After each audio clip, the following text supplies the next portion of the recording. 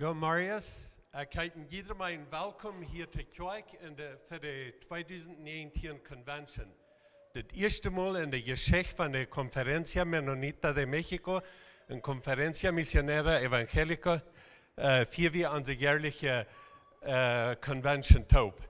Dit werken is er goed te zijn, wo nu volgen van Jesus Christus, van Bergkonferenzen en van de verschiedene kerken ons onderhouden en leren wo Gott zijn willen uit te leven. En wo wir anderen kunnen beeinflussen met het Evangelium von Jesus Christus. Bienvenidos a la iglesia en esta hermosa mañana. Por primera vez en la historia de la Conferencia Menonita de México y la Conferencia Misionera Evangélica, celebramos juntos la convención anual.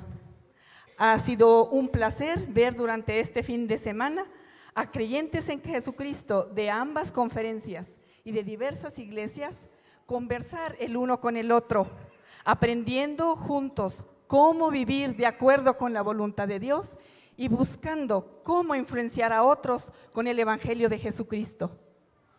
Welcome to church, everyone. For the first time in the history of the Mexican Mennonite Conference and the Evangelical Missions Conference, we celebrate our annual assembly together. It's been good to see this weekend how followers of our Lord from both conferences and many different churches have come together to listen to and to talk to one another about how to follow our Lord Jesus Christ and learn how to influence our surroundings with the gospel of our Lord. Добро пожаловать всем вместе в этой церкви. Первый раз в истории мы празднуем этот праздник вместе. На эти выходные мы видели, как христиане разговаривали с друг другом и слушали друг другу. Мы также видим, как дети Божьи учили жить вместе по воле Божьей и тоже, как влиять на других, о Иисусе Христе. Wir heißen jeden Einzelnen in unserer Kirche willkommen. Zum ersten Mal in der Geschichte von der Mennonitenkonferenz in Mexiko und der Evangelischen Missionskonferenz feiern wir gemeinsam unsere jährliche Versammlung. An diesem Wochenende war es sehr gut zu sehen, wie Nachfolger Jesu Christi von beiden Konferenzen und vielen verschiedenen Gemeinden zusammenkommen, um miteinander zu reden und einander zuzuhören. Sowie auch, wie die anderen von Evangelium zu beeinflussen und wie nach dem Willen Gottes zu leben.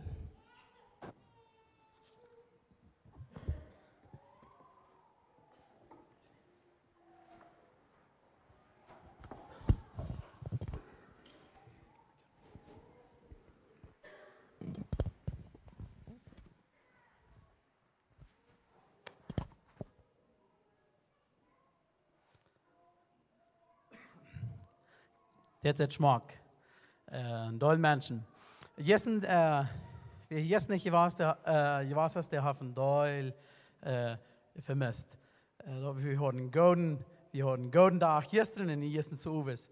Så vi freuen uns hier zu sein. Wir waren mit den Top Worship leden.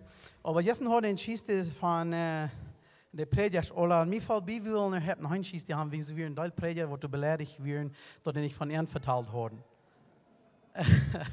En wat mij dit mooi te vinden is, we kunnen connect het jaar, waar we convention hebben, ik vind is het zo als. Wer van jullie is mooi met een prediger met je voeren?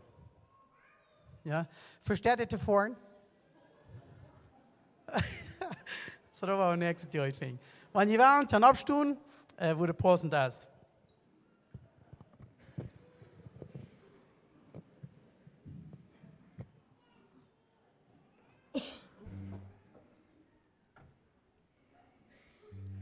Han ist eine große Gruppe. Das ist, wir practicen von der Morgens, das ist Schmuck. Nu willen wir nicht, dass die Prediger, die gleichen, die Trakte vor dem Prediger, wenn die Menschen sind. Das erste Lied ist, ich ran und gebe nicht ab.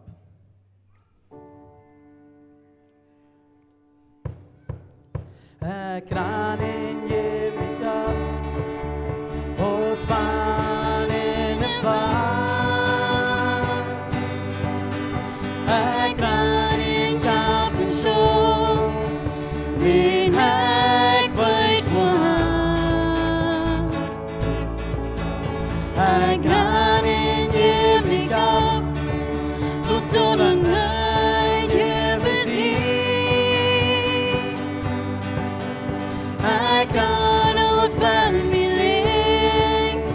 I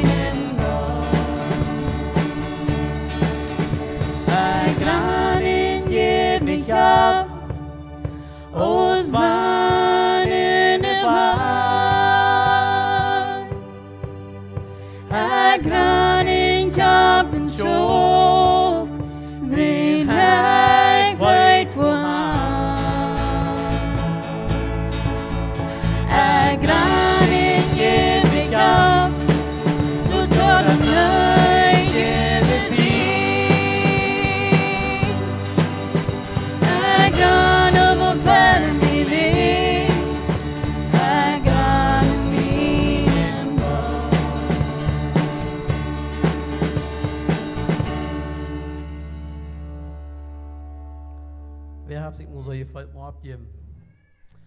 Nee, opgeven. We roepen aan je best te zien looten en we aan.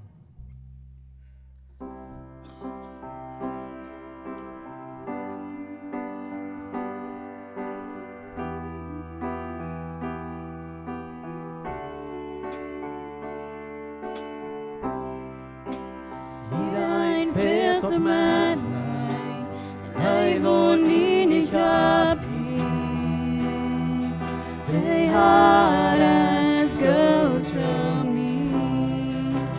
Iedereen veert vergeving, der hart heeft bloed voor mij. De hoogning voor de welt.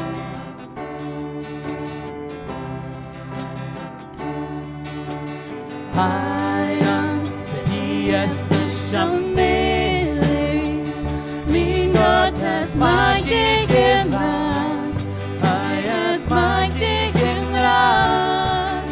Für immer ist um die Rettung, stimmt ab in jemanden Tod, Jesus jemanden Tod. Hat mir so sexy, all meine Sünden verlangt. Wer mich wartet, und mein Leben stark sein, die von heute vorgehen.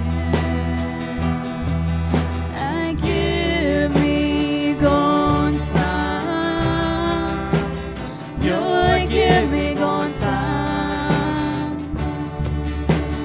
Heiland, für die erste Familie, mein Gott ist mächtig in Land, ist mächtig in Land. Für immer ist sie um die Rettung, stimmt ab in jemanden Tod, Jesus jemanden Tod. Schindelig und überall tot sein. Wir singen für die Hilfe, unseren Herrn Gott. Jesus, schindelig und überall tot sein. Wir singen für die Hilfe, unseren Herrn Gott. Heiland, für die es nicht umgeht. Mein Gott ist mächtig in Rat, ist mächtig in Rat. Für immer ist sie um die Rettung, stimmt ab in jemanden Tod, Jesus jemanden Tod.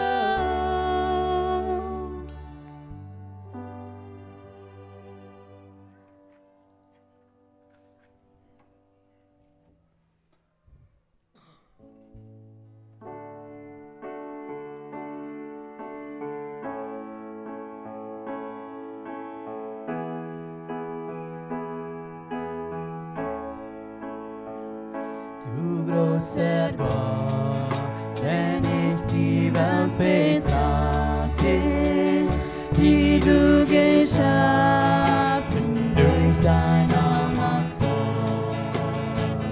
Wenn ich auf alle ewige Wesen achte, die du regierst und schnelles Wort und dann jagst mein Herz dir großen Ärsche zu. Wie groß bist du, wie groß bist du. Dann jagst mein Herz dir großen Ärsche zu. Wie groß bist du, wie groß bist du. Der Herr in seinem Wort begegnet,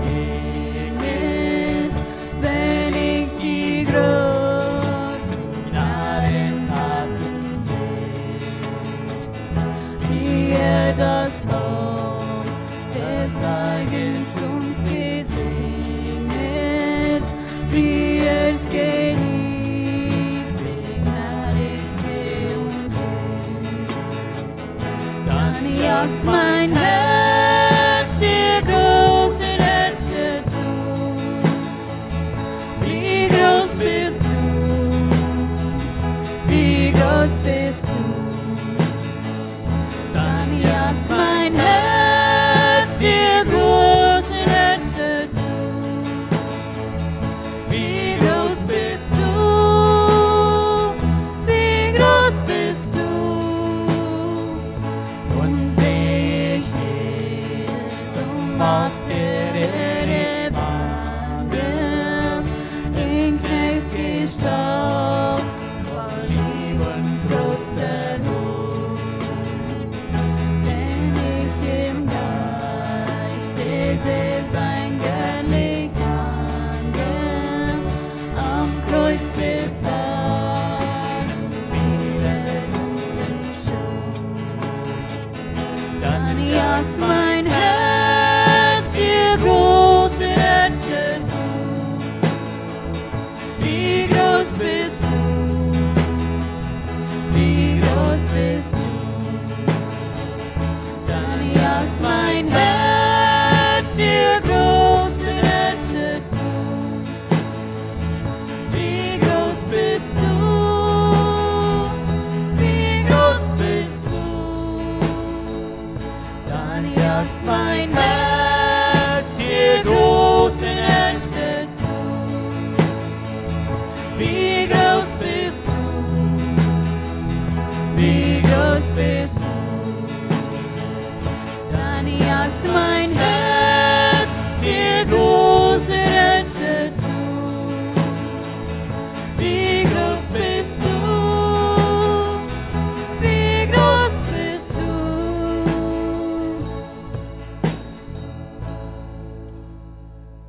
God is groot, niet zo?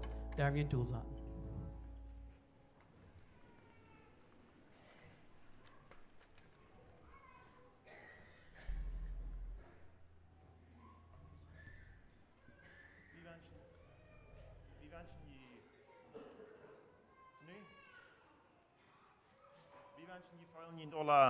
Sehr willkommen von diesem Morgens. Wir haben nu op Russisch, Plattdeutsch, Englisch und Spanisch und Hochdeutsch bereist. Ich glaube, die haben alle verstehen können, op eine Sprache oder die andere.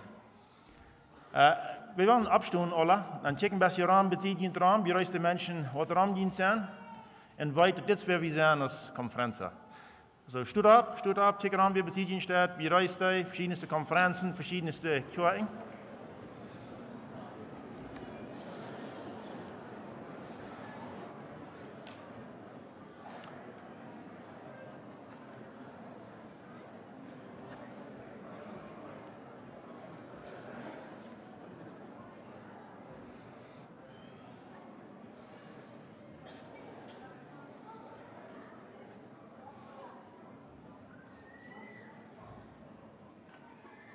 Und je schauen er wat dat zaten.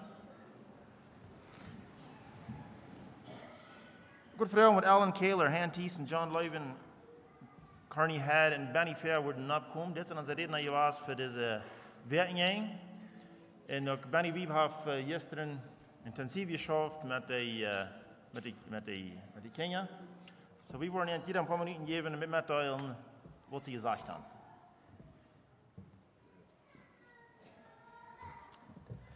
Ja, dat Thema wie je Einfluss, en ik rede van dat part van beeinflussen en onze Gesellschaft beeinflussen. En ik kijk daar doch rede aan, wo wir heute können sein. Gott sei Dank für was wir haben aus evangelische Gemeinde haben Einfluss gebracht an unsere Umgebung. Aber ich dachte, leider nur konzentrieren auch, wo wir heute können sein. Wir können viel besser tun, als wir tun. Und aber ich konzentrieren wir auch an wo wir sein in 40 Jahren wieder, wo wir uns Land, unsere medische Kolonien, auch uns mexikanische Land beeinflusst haben, 40 Jahre wieder. Und dort wir vielleicht Dollar haben, uns Süd anfernehmen, uns in Israel anfernehmen, als dort nicht gut kommt für Salz, wo von Einfluss, die wir gehört haben, 40 Jahre wieder, da will man Fleet machen, vernehmen, ein Ziel. Und Ich dachte, ich kijk in Lukas Kapitel 16, wo Jesus uns noch die Geschichte vertelt, wo die een eierrechter rijke man vergelijken deed en wo den zijn verwalter door een beetje wat drijven deed, dat hij voorop ploont en dat Jezus dort werkt als dat zo'n wijzer en dat wat ons met, wenn wir kleine nicht treu zijn, wat ons onvertrouwd is, wo wir dann mal groter worden en mit der Hinsicht haben wir uns Einfluss und uns lohnt. Aber ich kijk dan een beetje naar, als het meerlijk een groot Einfluss zu sein en dat is Jeruzalem. Nu Jezus in die Zeit, der hat eine Stadt, wo mehr von 200.000 Menschen, und in 30 Jahren haben die Apostel die Stadt rein ganz überkappt und alle anderen Personen die Stadt wie nie geboren. 50%, 100.000 in 30 Jahren. So das ist möglich, dass wir einen großen Einfluss sein in unserer Umgebung. Und ich hoffe, und wie vertreten, dass wir alle taub mit einem Hort sein, ans Vereinen und einen sehr scheinen Unterschied machen für die nächsten 40 Jahre in unser Land. Mijn naam is Alan Kehler. Ik deed een groep van Einfluss, waar we met onze gemeentes en onze communities, waar we kunnen Einfluss zijn voor die. Ik vang aan met een spruch wat ik hier van een, hij zegt, Christus moet en mij eerst ändern. En wanneer we niet ändern doen en in de rechten instelling gaan, tot de mensen wat rond ons zijn en onze Noberschaft wonen doen, ze gaan naar onze heim en dan nog in onze kerk. Wanneer we niet eerst ändern doen en ons uitzegt, dat we kunnen Einfluss zijn. Wanneer we leven dat de kerk of de gemeente of de conferentie of die zullen dat doen, dat zullen die ook. Maar dat vangt thuis bij ons aan. En ik geloof dat ganz entschieden, dat wanneer we een instelling hebben, dat we wel een invloed zijn voor die Romans, wat God ons door uren ook merken, dat we dat kunnen doen, dat licht neerschijnen, wat Jezus ons gegeven heeft. En niet maar bloos dat, we kunnen in onze families, wat doen we dat? Zijn we gastvrienden, hebben we mensen nemen in ons heim, sondern wat vielleicht nicht nur die Kirche würden wellig kommen. Aber die wollen doch Freunde haben, und jeder hat, Gott hat uns so geschaffen, dass wir alle ein Verlangen haben, wo wir bieten hier. Wir sind hier von der versammelt von verschiedensten Kirchen und Gemeinden. Und das ist passende Ding. Aber das ist bloß ein kleines Spatz, von das Gott von uns verlangen hat. Alle die, die nicht hier sind, die buiten die Gemeinde und buiten die Kirche sind, die haben gerade den Verlangen, wenn Gott hat dieses Stadt gemerkt. Und wir haben hier gelernt als Kirchen, wo observieren wir, dass Menschen können sein, dass sie willkommen sind an unserer Kirche. Gisteren met ihr meer geredet zeiden, ik weet correct wo zich dat feilt, van buiten kan komen en dan naar vreemd die Kirche komen, is die welkom weer of niet. Van de Samariërs en noem erg, wanneer je middag op eten doen, en mij wordt tot zijn, proef dat mal uit. Je zijn van verschillende Kirchen gekomen. Je zijn van Oasis en van Salada of van 71, wo immer je zijn gekomen. Zet niet bloos alle in je kleine krans. Vindt uit wat dat meint, van je ondertussen te gaan leren. Dan word je veel brover zijn. Want je in je communities gaan doen en anderen een invloed zijn voor Jezus Christus. Dankeschön.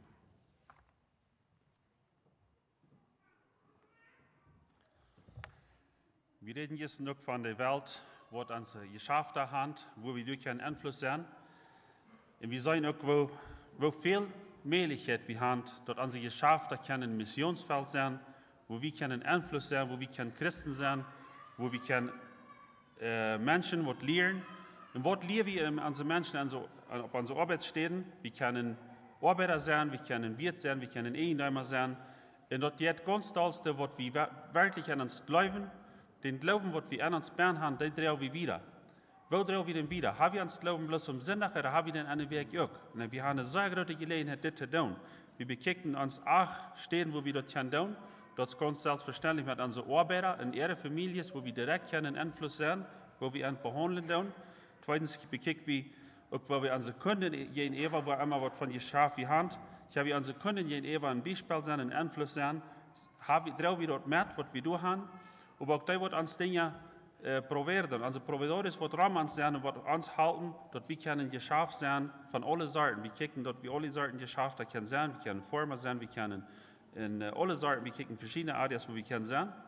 Wir kicken auch, wo wir uns gegenüber unsere Partner, entweder am Geschäft oder auch am Heim, da gegenüber einen Einfluss können sein am Geschäftlichen. Wir kicken, dass wir unsere Regierung gegenüber einen Einfluss sein. Wir haben Regeln, wir haben Leis, was wir sollen nur folgen, sehr wie uns Christen glauben. Jede wieder kann die Regierung sein, dass wir einen anderen Glauben haben. Kriegst du nur unsere Kompetenz. Wenn wir besiegen Kompetenz auf uns haben, erst zu sein, dass wir auf einer christlichen Basis schaffen tun, in auch unsere Kommunität, wo Dramans ist. Seht ihr dort, sehr wie Nobasch, wo den Einfluss haben, mit unseren Geschäften, wo immer wie sind vom Geschäft. Sein unsere Nobasch dort wie in Glauben haben an Jesus Christus, in auch ans Medienambiente, dort in unserer Welt, wo Gott uns gegeben hat, in 1. Mose 2, Vers 15 sagt er, Adam und Eva, die Garten Eden sollen sie verwalten in unser Holen. Und nur den Sinnenvoll ist das selbe, wie sollen das bloß tun, du sind dort in den Disteln, aber wir haben das selbe abgehen, wie sollen die Welt unser Holen. In uns Geschäftsmenschen, als bei Arbeit steht, oder als ein Geschäfts unser Holen. Sehr wie ein Einfluss für diese Welt. Sei wie dort die Einfluss hier wirklich gerade erst das Pferd und sogar aus einer Kirche. Wie könnte mehr Menschen kommen durch das Geschäftliche, als wir vielleicht eine Kirche kennen? Sehr wie ein Einfluss für dich.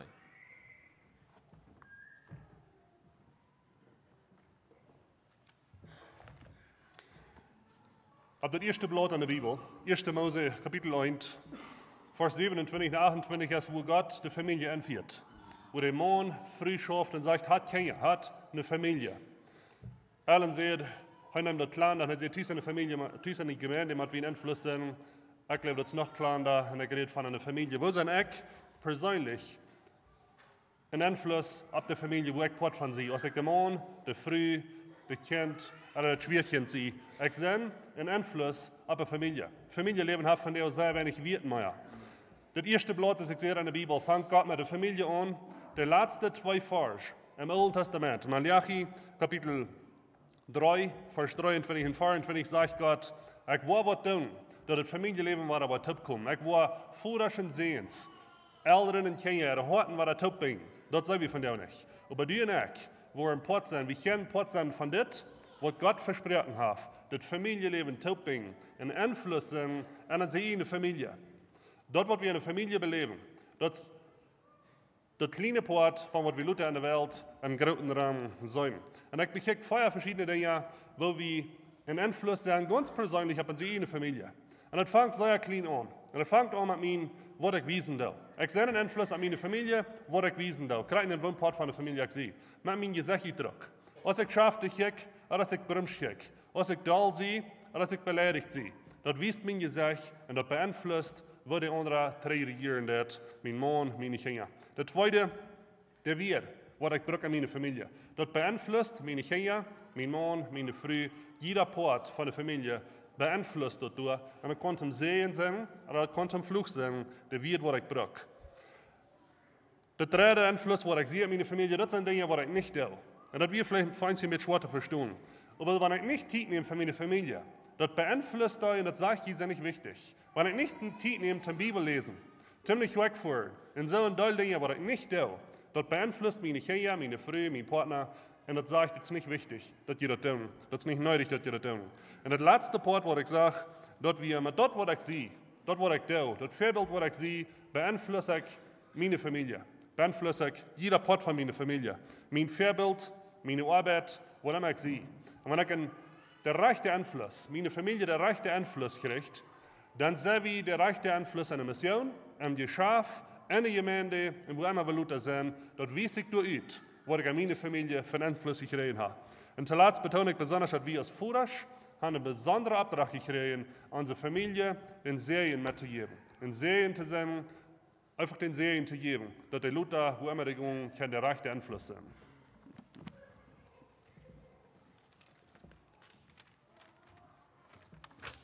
Nee, wir hatten gestern, wie wir in der Tempo ungefähr, wir hatten nicht das Fahrreich, bei diese Männer tot zu horchen, wir hatten ein anderes Fahrreich. Wir hatten Fahrreich mit jenen Kindern top zu sein.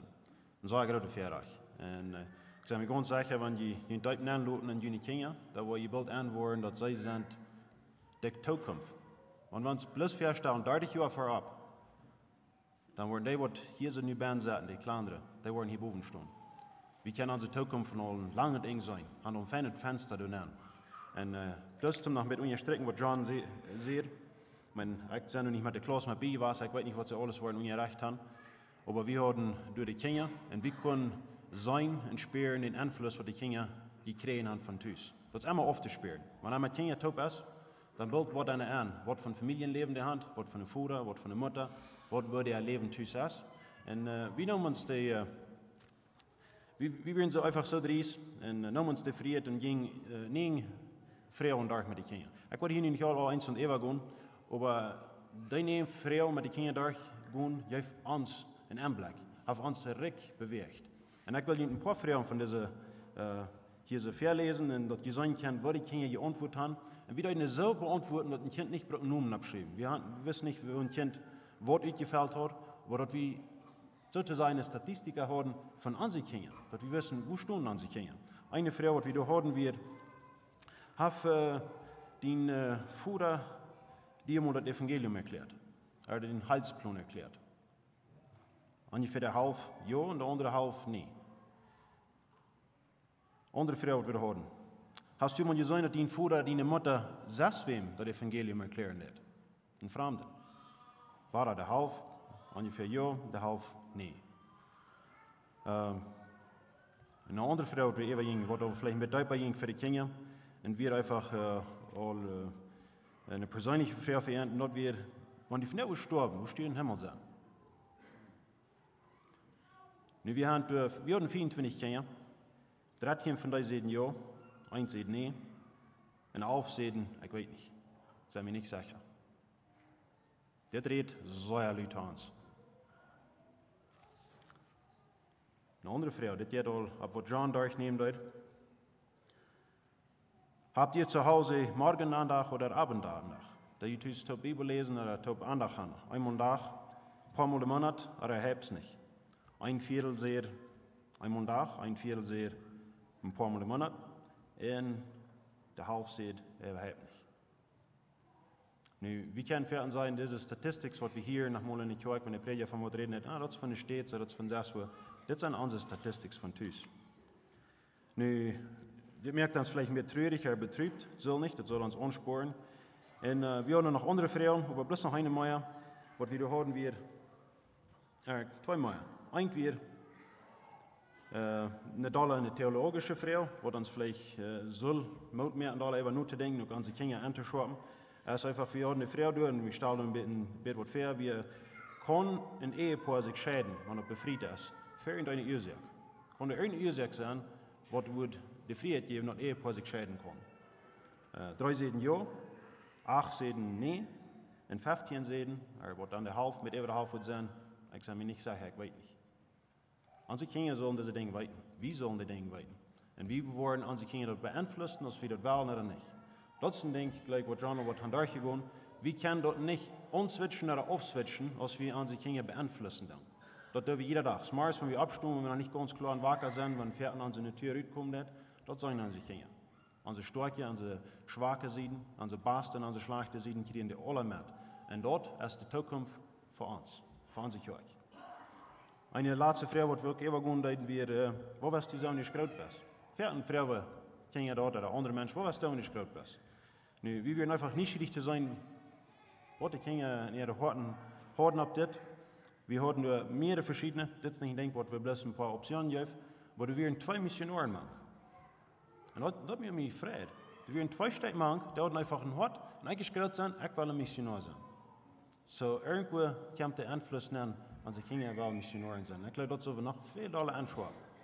So, vielen Dank schön. Ich bedanke mich erstens auch an die, die jetzt mit den Kindern top gewesen sind, dat is anstrengend met de kleineren, met de graadrockveerten, wordt het een grote zee. En dat kan niet met kinderen top zijn en de voetvoerders ze denken, ik heb geen zee ervoor. So, dankzij voor de gelegenheid dat je ons hier gegeven hebt. En ik wens ook jullie kinderen weer Gottes zegen en ook jullie dat die een invloed worden op jullie kinderen weer zijn.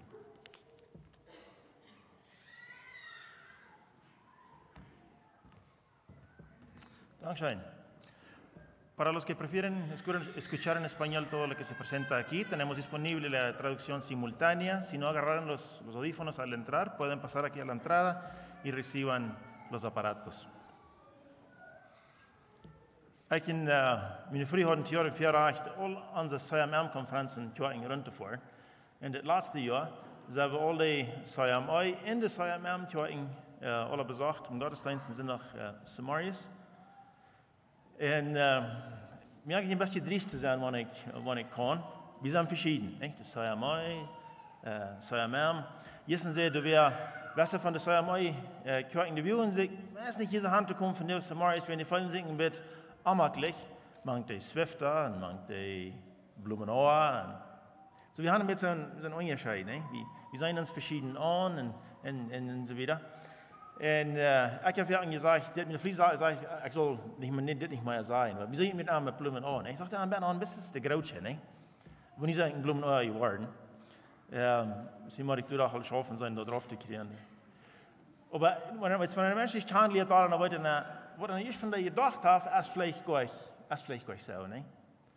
Und ich wünsche während der nächsten Zeit, die nächsten Jahre, haben wir uns eine CMM-Konferenz, eine CME-Konferenz wieder kennenlernen und uns persönlich kennenlernen. Ich weiß nicht, dass jeder nachdenken kann, hier sind ein paar Paraguayers hier, ich glaube, die fallen sich nicht, wenn sich abgebüht mit das. Aber alle Jahre treten haben wir, was paraguayische Lied hier sind, und fallen wir uns ein bisschen amaglich mit denen, ne? Die reden mit anders als wir, die brücken wir, da muss man wieder abpassen, das verarbeite ich mal sein. Das wird sonst nicht brücken, wenn die was verbringen, deswegen hier brücken wir nicht so, ne? Und dann wird eine besondere Einheit, glaube ich, weiß nicht, alle wer das. Die reden mit Leuten, die brücken sie wieder, ne? Und reden mit anders. Und ich weiß noch mal, wenn ich viel geredet habe, war nicht nur mit sein, Andreas Friesen. Die brückt dann mal wieder, weil das mit amaglich werden, und dann, wenn die Bus auch gehorcht hat, dachte ich, man, das ist ein Betrieb, das mit aber mir denkt das immer, Andreas, ich nicht kennenlernen dort. Und dann sind wir sehr gute Freunde geworden. Und lernen, den sie die Anstellung kennen, wo die wirklich wir. Und dadurch auf der deren auch gemerkt, dass wir als sehr gesehen worden von den Prediger, Sänger, Lehrer, was auf ein paar Jahre hier gekommen. Und wir wollen mehr von den Lehren. Und wir wollten die kennen uns einen Teil lehren, dass sie sehen, was. Und ich glaube, so können wir zurückkommen mit unseren verschiedensten Kirchen. Dass wenn wir uns samstag wollen, Zeit nehmen, dann kennenlernen, weil wir sind gleich so verschieden. Ne? Das sind kleine Nebensachen in unserem Leben, die damit anders sind. Aber wir feiern über rein, und wir rohren über rein, und wir sind schaftig über rein. Und wenn wir uns die Zeit nehmen, uns mit anstrengen, samstag kennenlernen, dort können Sehen sein für uns. Wir werden taub noch mal singen. Und wir werden Lied singen, so vollständig frei. Ich persönlich singe, wenn ich sage, ich werde mir am besten, wenn ich kann nicht selber singen. Aber wenn ich dann wo sein, so bin Männer treffen, oder irgendwo, wo die meisten nicht so schön singen kann, dann belde ich das durch, dass ich dann kann. Ne? So ich lade ihn an, kriege ich noch wieder bezieht ihn sagt, oder ich sage dann, nicht gelehrt singen, oder nicht. Weil wir für den Herrn singen, taub von der Samaris, das ist eine Gruppe, die uns anladen von Durango, weil wir taub singen für den Herrn.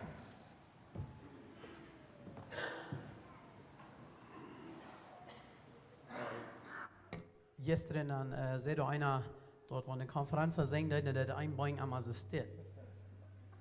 Da war er nicht von jedem Bein, das dort jetzt. Wenn die wollen, dann abstehen, weil die wollen vielleicht wohl leider schon mitsingen, vielleicht auch nicht. Wir können hier mitsingen.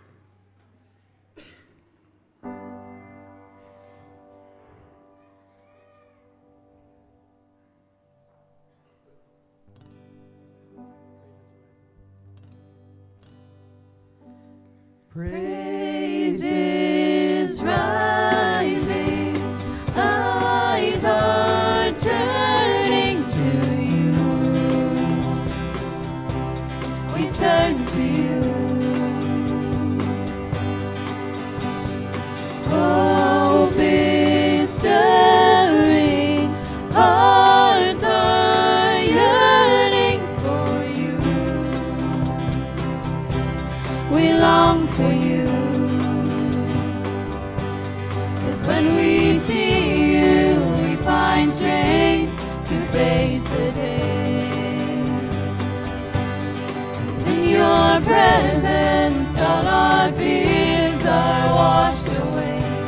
They're washed away. Hosanna, Hosanna.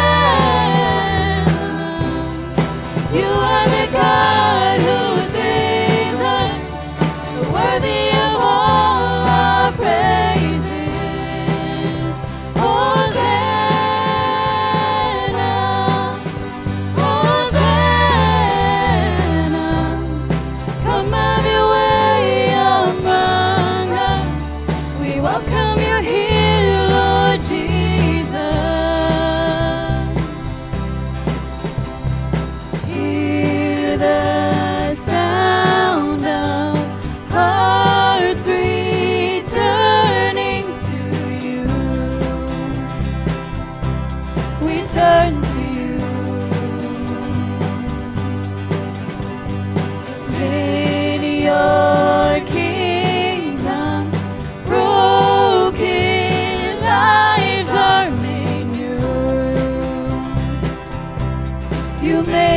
new.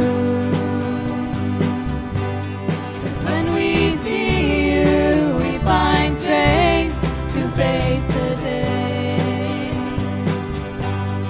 And in your presence, all our fears are washed away.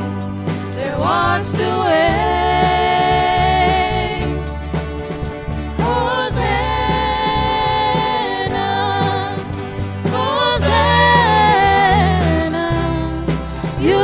God who saves us, worthy of all our praises.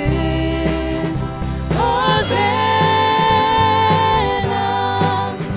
Hosanna, come have your way among us. We welcome you here, Lord Jesus. 'Cause when we see strength to face the day,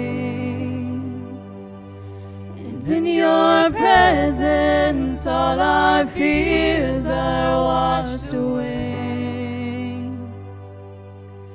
'Cause when we see you, we find strength to face the day, and in your presence all our fears are washed away. They're washed away. Hosanna, Hosanna,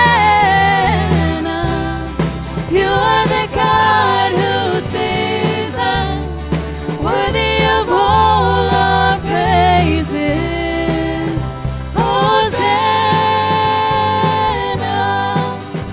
Hosanna, come have your way among us. We welcome you here, Lord Jesus.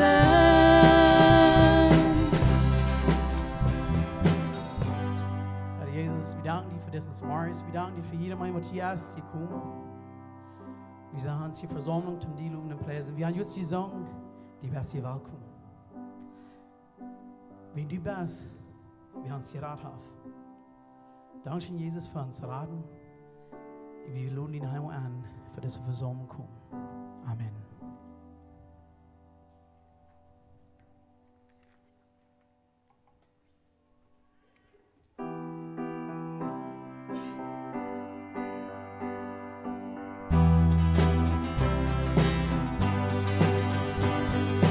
Dios de milagros y amor, sanas y da salvación incomparable. Eres tú,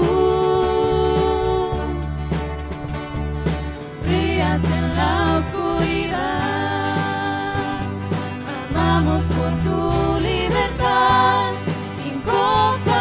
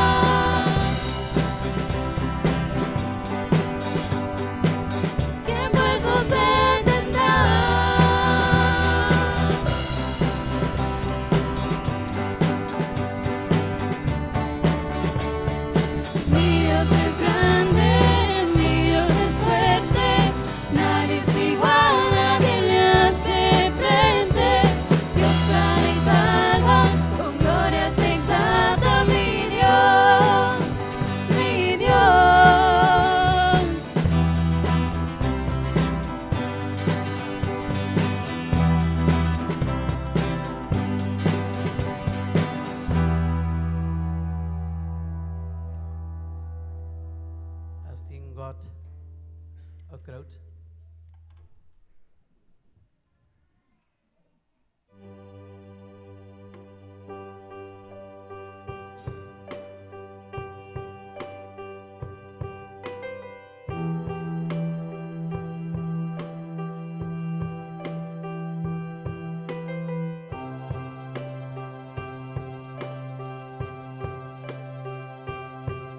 Ein König voller Pracht, voll Weisheit und voll Macht.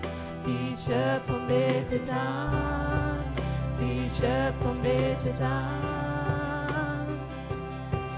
Er kleidet sich in Licht, das Dunkel hält ihn nicht und flieht, sobald er spricht, und flieht, sobald er spricht.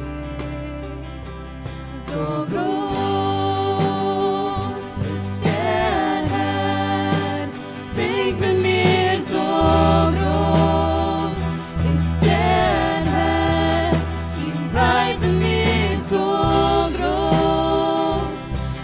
groß ist der Herr.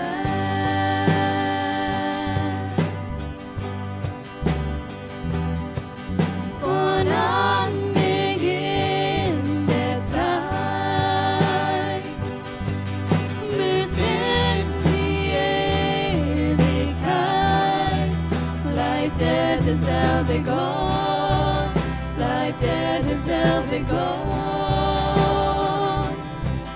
Als Vater, Sohn und Geist, den alle Schöpfung preist, als Löwe und als Lamm, als Löwe und als Lamm. So groß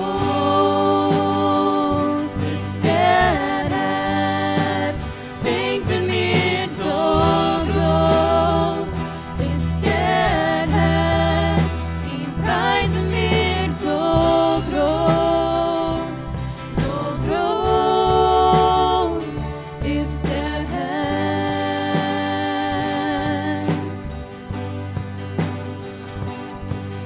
Sein Name sei erhöht,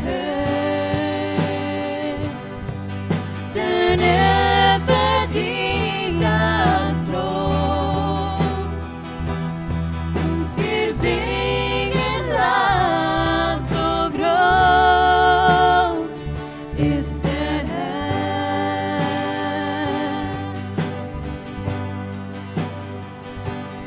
Und sein Name sei erhöht, denn er verdient das Lob. Und wir singen laut, so groß ist der Herr.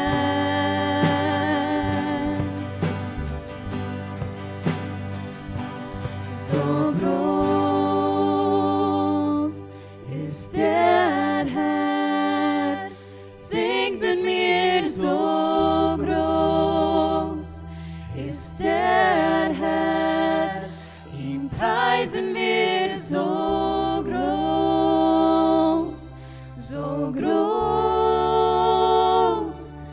ist der Herr.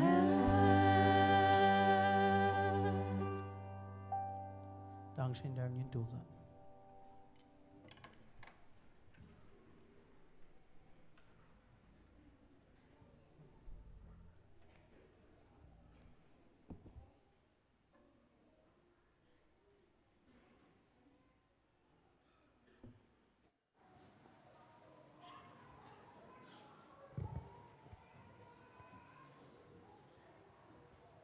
Toen we de conferentie in onze kerk gaan arbeiden, brukten we mensen met willen zijn te schaffen. En we hebben 4 personen op te krijgen hier van jou, Samarius, wat gaan je doen voor de volgende jaar. En dat is Bram Siemens, bitte, komm hier nach. Hij is verder, je was van de ständige Bibelschule voor de laatste 6 jaar.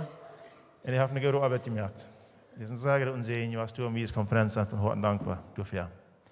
Bei der Niefeld, auf der letzten 3 Jahren, gedient als Vorsitter von unserem Kommunikationskomitee, Medienkomitee, so alle Dinge, was wir rüberbringen in der Konferenz, habe ich mit der Arbeit organisiert. Ich habe fair, auf der letzten Jahr 6 Jahre gedient als Kostenhauler, Tesorero in unserer Konferenz. Und mein Vater wollte ich Rekord schaffen. Wir haben ein gute Freundschaft gebaut während dieser letzten Jahre, wo ich komme zu schaffen. Sehr dankbar für seine Arbeit. Also.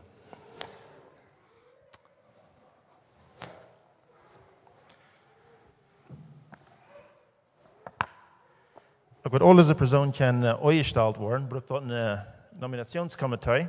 Und du hast Cruz Friesen ernstlich mit geschafft. Das ist ein Komitee, wo mir weit schwer ist, mit zu arbeiten. Nicht mit ihr zu arbeiten, die Arbeit hat sich an, ist schwer. Aber Personen zu finden, wenn das, meist alles an freiwillige Dinge, dann hat immer eine Person gefragt, nach einer und so weiter. So wir sind sehr dankbar für Cruz, die Arbeit von sehr geholfen. Und die Nominationskomitee mit geschafft, Jahren, um diese Person diese Arbeit nachzunehmen. So wir wollen dann von der anerkennen mit einem Plakat geben. Hier schlägt hier Präsident von der Bibelschule, Abraham Siemens. Sehr vielen Dank für deine gute Arbeit.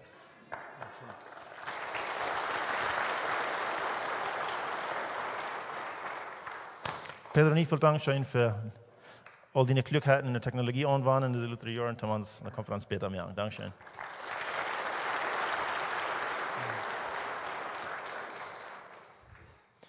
Jakob, Dankeschön für die Anstrengung als Kassierer. Der Jens klar haben sie wieder gut geschworen und das hat sehr gut gemacht. Dankeschön.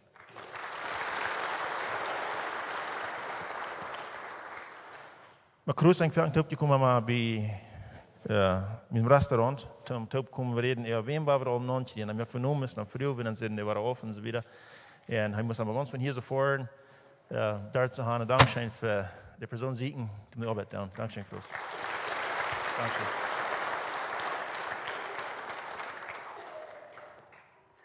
Gut, vielen Dank, schön, dass wir hier zusagen. Wir haben von der eine besondere Jahr mit uns gefreut, wir haben Helmut Siemens als hier, als der Direktor von CMM Bibelschule in Paraguay. So das war für uns was Besonderes. Er ist irgendwie angekommen für unsere Konferenz und er wollte uns hier ein bisschen vorstellen, ihre Bibelschule in Paraguay.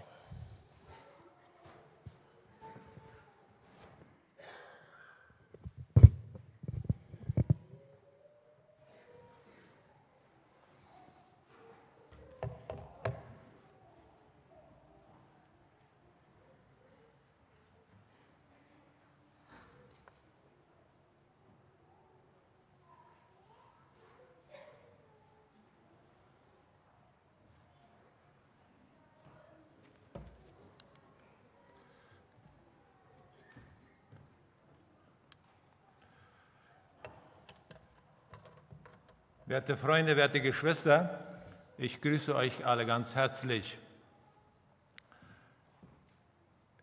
Es geht mir so wie Jan Klassen. Ob Paraguay, ob Mexiko, wir gehören alle zur selben Gemeinde. Und ich danke auch dem Sängerteam für die Lieder, die sie ausgesucht haben, besonders für das eine Lied, Du großer Gott, wenn ich die Welt betrachte. Das ist mein Lieblingslied und ich habe bestimmt, dass das mal auf meiner Begräbnisfeier gesungen wird. Agradezco a John Klassen y a las directivas de las dos conferencias por darme la oportunidad de presentar al CEMTA. Es una gran oportunidad para nosotros.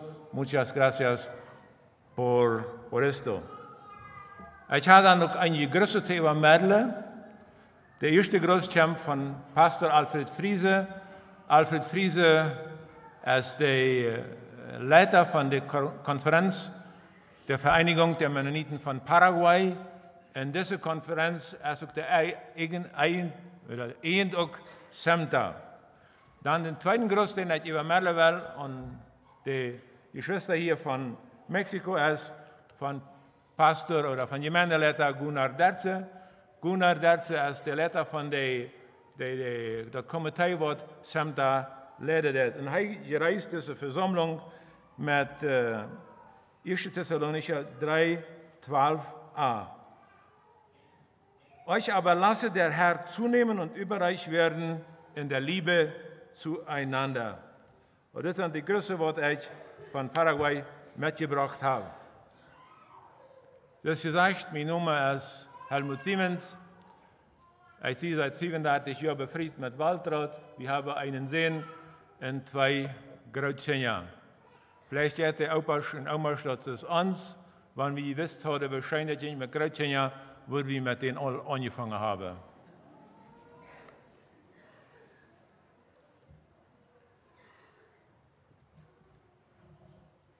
Die 63 Jahre Geschichte, samt der Feststelle in ein paar Minuten, ist nicht ganz einfach. Wir sehen hier dort auf dem Bild. SEMTA steht für Centro Evangelico Mennonita de Teologia Asunción. SEMTA wird mal 1956 in Montevideo, Uruguay gegründet. Da wird das an der 74 teilgeschlossen, wenn es nicht mehr genug Studenten kommen. Und dann wird das im zweiten Halbjahr 77 war er in Paraguay nie abgemacht. Und seitdem funktioniert SEMTA in Paraguay.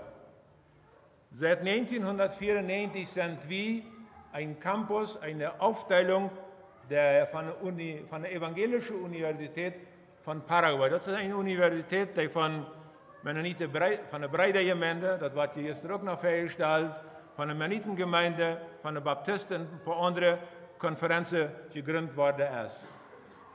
Auf unserem Campus funktionieren 2 Fakultäten oder 2 Bereiche, das ist Musik und Theologie. Was ist die Vision, die Abgabe und die Valores vom SEMTA? Wir sagen, das ist grundlegend wichtig, dass wir Diener Jesu Christi sind. Das ist unsere Vision für uns als Dozenten und Mitarbeiter, auch für die Studenten. Dann ist ja unsere Mission und unsere Abgabe im SEMTA einfach diese Diener Christi auszubilden und wir dann dort auf der Grundlage von der Bibel und von unserem Erbe, das mennonitische und das baptistische Erbe. Wenn ich sage, auf der Grundlage von der Bibel, dann möchte ich betonen, dass das grundlegend wichtig ist, dass wir die Bibel so in der Rechte, als es da geschrieben steht. Wer im Bett sich mit Theologie hineinsetzt, das weiß, dass viele Dinge in der Bibel eine Frage gestellt wurden, soll sie durchstehen. Ein Beispiel zum Beispiel ist, hat Gott die Welt wirklich einen Saßtag von 24 Stunden geschaffen? Wer im Bett mit der Wissenschaft zu tun hat, der weiß, dass die sagen, nee, das sind lange Zeitperioden. Wie sagen, die Bibel sagt so, in der Bibel will wir vertrauen. Also das ist uns grundlegend wichtig, die Bibel treu zu unserer Rechte. Dann unsere Valore sind Kompromisse, das hat mit Verbindlichkeit zu tun. Ich habe Christus versprochen, treu nur zu folgen, also will ich das Kohle mit meinem Lebensein. Dann Integrität, das hat was mit meinem Benehmen, mit meinem Leben zu tun, mit meinem Einfluss. Dann Restauration, das geht um Wiederherstellung. Wir sind ja alle mehr oder weniger von dem Leben verwundet worden und wir brauchen dann Menschen, die uns helfen, alle Wunden, alle Sachen zu überwinden und weiter Dollar heil zu werden. Und der 4. Valor ist dann, Wert ist dann Servicio, Dienst. SEMTA ist Theologie, das ist Bibelunterricht. Wenn du Theologie studierst oder Bibel studierst, dann kannst du arbeiten als Gemeindeleiter, Lothar, du kannst Lehrer sein in Education Christiana, eine Schule unterrichten, du kannst Kapellan sein im Hospital, eine Impressa, eine Schule und an anderen Projekten teilnehmen. Wenn bei uns im SEMTA jemand aufschlägt, 4 Jahre, dann hast du das Recht, den Titel zu verlangen, Licenciado in Theologia. Das ist ein anerkannter Titel von unserem Staat, vom paraguayischen Staat. Und was braucht man dafür? Dass man hier sagt, die Prepper aufgeschlossen hat. Dann kann man einen staatsanerkannten Titel machen. Für so eine Wort, jeden studieren will und nicht die Prepper haben, ist es möglich, alle 4 Jahre zu studieren, alle Fächer zu nehmen, was andere auch. Und den gebe ich dann vom Center aus den Titel Bachelor in Theologie. Also jeder, wer studieren will, kann im Center studieren. Dann ist Center auch Musik. Den Mennoniten ist es immer wichtig gewesen, dass sowohl gute Predigten gebracht werden, aber dass auch in der Gemeinde gesungen wird. Und dass je hier auch eine Bibel habt. Im Alten Testament, alttestamentlicher Gottesdienst, wie immer, Gesetz verlesen, in Gott loben, in anbeten, durch Musik und durch Gesang. Und das ist an unserem Center wichtig, dass diese 2 Dinge taub können. Bibel und Gesang. Da haben wir auch ein Musikstudium. Dort bilden Menschen aus, dass sie Instrumente spielen können, Instrumente unterrichten. Darüber wird Josef viel mehr vertalen können als ich, was dort alles mit sich bringt, ein Musikstudium. Und du kannst als Musiklehrer arbeiten, dann Chordirigent und viele andere Sachen kommen mit einem Musikstudium tun. Das Musikstudium ist auch 4 Jahre, und man braucht auch die Präpartau, und man soll dann auch an dem Instrument, wo man sich ausbilden lassen will, wird man auch gewisse Vorkenntnisse erwarten. Und aber alle, die Musik studieren wollen, sollen sich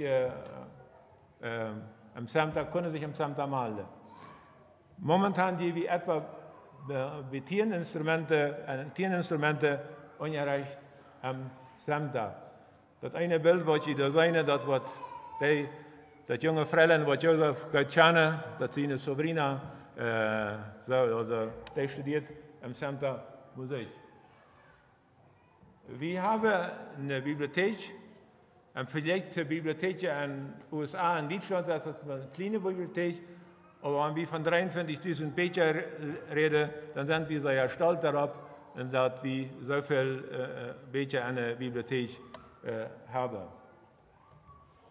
Dann ist Center nicht bloß Musik und Theologie studieren, sondern Center ist auch Taubleben aus einer Gemeinschaft. In dieser eine da wird dann Taubterrei getrunken, da wird Taub gesungen, das ist Leben in Gemeinschaft.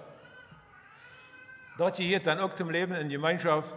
Hier sei ich bloß Jungs, Fußball spielen, die Mädchen spielen Volleyball, und manchmal spielen die auch Football. Also dort ist auch hier.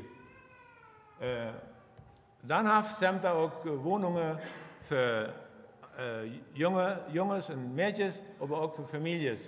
Wir studieren auch eine ganze Reihe Familien. Du hast eine Familie zum Beispiel, die haben 3 Kinder. Und so das ist möglich, dass man auch mit Familie studieren kommen kann. Das macht ja nicht bloß, sondern was unbefriedigt sind. Also junge Paare, ältere Paare. Momentan habe ich doch einen Pastor von 41 Jahren, der da mal ein Sabbatsemester studiert hat. Also bitte Pastoren, wenn ihr ein Sabbatsemester brauchen, Center als eine Möglichkeit.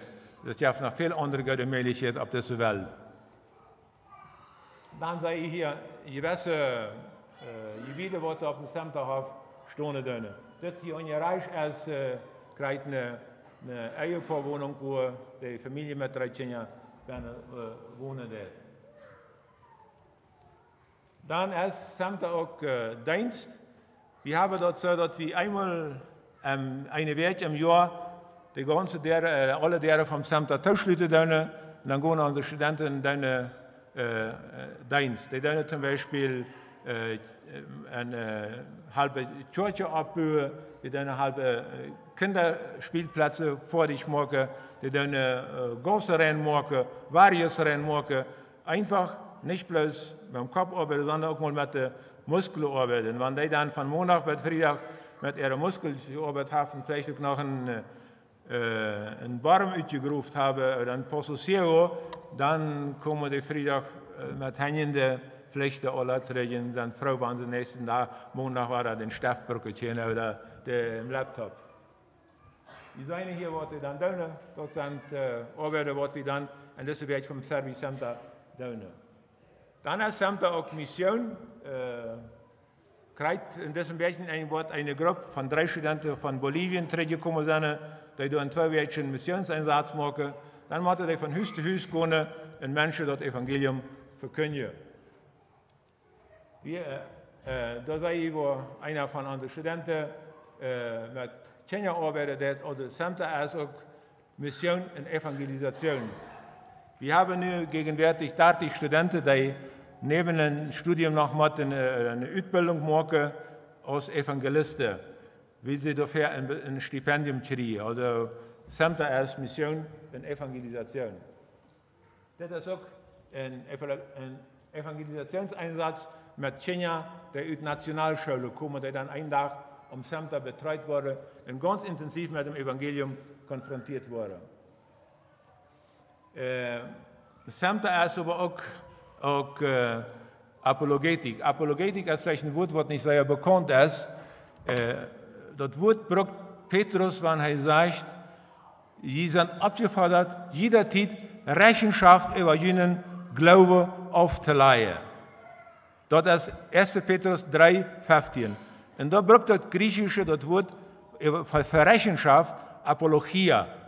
Und da kommt das Wort Apologetika. Und wir müssen von da für die Welt Rechenschaft aufleihen über unseren Glauben. Wenn uns zum Beispiel ein Atheist lebt nicht und Gott fragt, sag mal, warum soll ich die Bibel leben? Warum ist die Bibel vertrauenswürdig? Was will wir dem sagen? Gott sagt, dann sagst du, Gott sagt es nicht. Wieso kannst du sagen, Gott sagt? Dann sagst du, die Bibel sagt, nein, das ist ja mal ein Buch, das ist andere, weet je auch. Also, wo können wir mit guten Argumenten über unseren Glauben Rechenschaft aufgeben? Das ist Apologetik. Und da habe ich das ja einen Doktor in Biologie von Spanien eingeladen, Antonio Cruz, der wird an diesem Weg vom 19. bis dem 24. August, das ist ein Kursus beide. Wenn jemand von Mexiko sagt, an diesem Kursus will ich teilnehmen, bitte malchen, wie wurde versorgt, dass ich Unterkunft habe, dass ich Eten habe, dass ich Gott abgehoben sind. Eine Weg, das ist eine Weg von der 51, oder wie viel hast du ein Jahr? 52, okay. Und dieser Weg, von Antonio Cruz anleiten wird, der endet dann mit einem Congresso Apologetico mit dem Thema La Fe tiene razón, oder die Bibel haft richtig. Und für den Kongress habe ich einen Mann von USA eingeladen, einen Greg Kuckel, der sehr gut ist in diesem Bereich. Dann am 4. Oktober habe ich Puertas Abiertas, Tag der offenen Tür. Wenn jemand nennt will, was wir am Center tun, das ist der Tag, 4. Oktober. Dann habe ich auch eine Jüngerschaftsschule von 5 Jahren. Der heißt 10 veces mejores. Nu würde ich jedem mal weiter wählen, wer weiß, wo das in der Bibel steht, 10-mal besser. 10 veces mejores. Da war ich bei der Kehler fragen, aber wo steht das von 10-mal besser sein? Daniel 21, sagt Nebukadnezar von Daniel und seine Freunde, sie wäre 10-mal besser als alle anderen Weisen in Babylon. Und ab dem Vers jetzt ist Nummer 3. Und diese Jüngerschaftsschule fängt immer im Januar statt, wird eine Werk am Februar. 5 Werk. Und die sind dort der Thema, Sanidad Interior, Biblia, Disciplinas Espirituales, das steht am Gebeten, Bibellesen und so wieder, Llamado, Berufung und die Abgabe an die Gemeinde. Und der 5. Werk ist, schaut wie die dann rührt, dann müssen sie in eine Gemeinde oder in eine Stadt von Haus zu Haus gehen oder auf der Platz, wo auch immer, das Evangelium verkündigen. Samta als Familie, das ist die Samta-Gruppe 2019, da an die Weltkirche, wo ich dort so Ricardo und Naita Villa finde. Wir haben das Jahr 172 Studenten.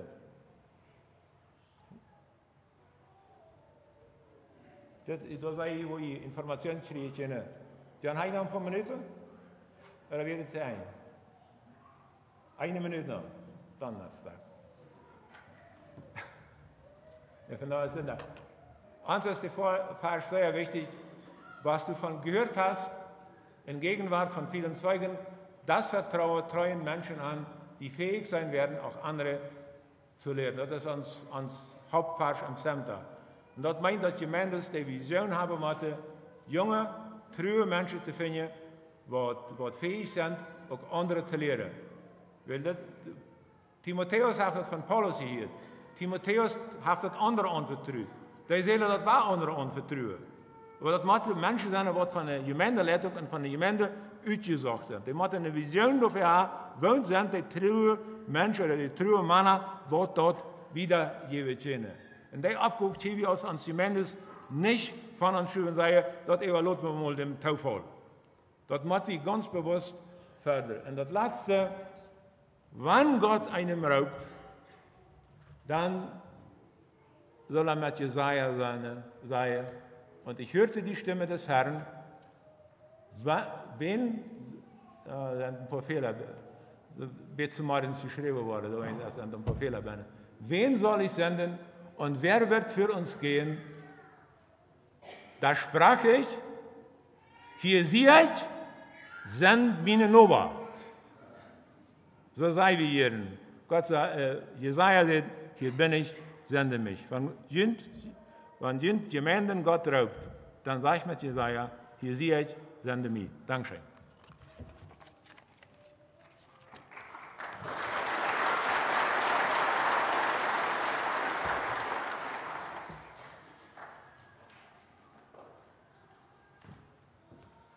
Also even bedankt zijn, Helmut. Du hast uns helemaal met je. We kunnen all dat onze nu zijn in Simta erst doen. Je wil studeren door je, nee? Ja, dank je. Grazie. Fue un placer. Ik wens we van de moed nog vele van onze studenten in Simta te zijn. Voor een paar jaar de cultuur, glaube ich, habe ich was von leren. De deutsche Kultur door, de Sprach, Spanisch, Hochdeutsch. Das was wir brauchen in Mexiko. Wir sind in Mexiko geschaffen. So ich bete für junge Menschen, die sich interessieren für Semta kommen studieren. Über das Werken habe ich das Thema gehört, Einfluss. Und dort habe ich Gastredner eingeladen, Kehler. Also Prediger war von 1988. Er hat für den mennonitischen Post mitgearbeitet. Er hat für die MCC mitgearbeitet. Jetzt ist er der Konferenzprediger in MCC. Und er ist auch der Gründer und Direktor von der Mission Ein Glauben, wo sie probieren, die Verbindung zu machen zwischen der jährlichen Arbeit steht und den jährlichen Arbeiter. Und was sich findet. Manchmal ist es steht, wo dringend Arbeiter fehlen. Und du hast auch eine Stadt, wo Gott ihm geraubt hat.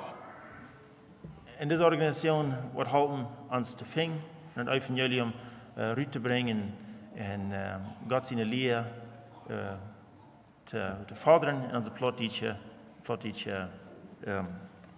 Gemeinschaften. So, allen kommen ab, und zweiter Zeit wird erst Titel um diese Hand zu kommen, dass uns sehen, was in diese Hand, und mit Gott die sehen, die uns anredet von Einfluss.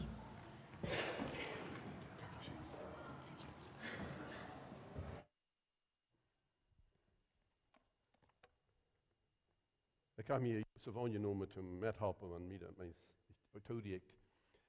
Dankeschön vielmals voor de gelegenheid hier te zijn. Dat is een grote zegen geweest voor mij persoonlijk. En ik wil met mij moed terug voor naar Canada, waar ik daar woonde en maak de conference IMMC schaffen dat. Maar ik wil jullie nog een groet geven van de IMMC, besonders Lindeck, ons executive director. Hij rolde mij zeer toe, wanneer ik de aanleiding kreeg van broeder Klose hier te komen om aan deze deelnemen aan dit. En ik voel me zeer geëerd dat ik de gelegenheid heb hier vandaag vanmorgen te zijn. Wanneer ik aan denk aan IMMC en de Einfluss, vielleicht wat we gehad hebben over de jaren. Oké, den knop voor het doen. Oké, dankzij. We komen met de Paraguay nu al, goed voor ik. Weet je, wanneer we terugdenken over de jaren, de IMMC, de brede gemeente, de conferentiekerk van Canada en de IMC, die hebben we kijken vaak naar Mexico zoals van dat onze missionsveld wordt. En dat is ook vielleicht geweest. En ik blijf, we hebben ook een invloed gehad. Maar ik wil te junt zijn van deel.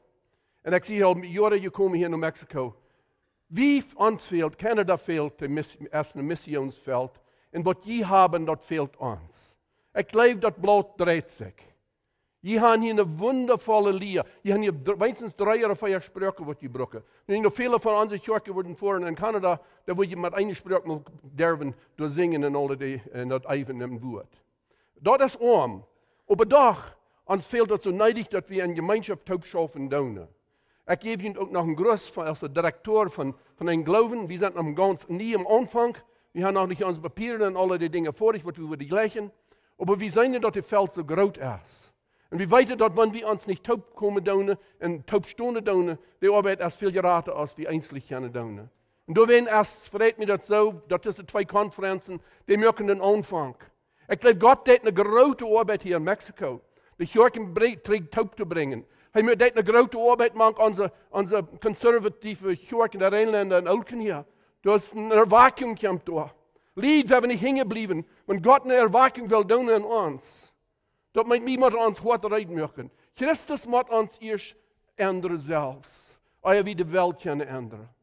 Und wenn Gott uns rufen hat, zum einen Einfluss sein, ich gleich den Thema, was wir haben, wenn wir wollen einen Einfluss sein, das muss bei unserer Gemeinde anfangen. Dat moet eine Erweckung. Ich meine nicht zu sein, dass die einfach anders sind, als die Kirchen alle wen, wo ich traveln da. Aber ich sei dort zu führen, die Kirchen sind eingeschlossen. Ich weiß nicht, wo die einzeln anders sind. Aber ich denke, und das werden eng hören.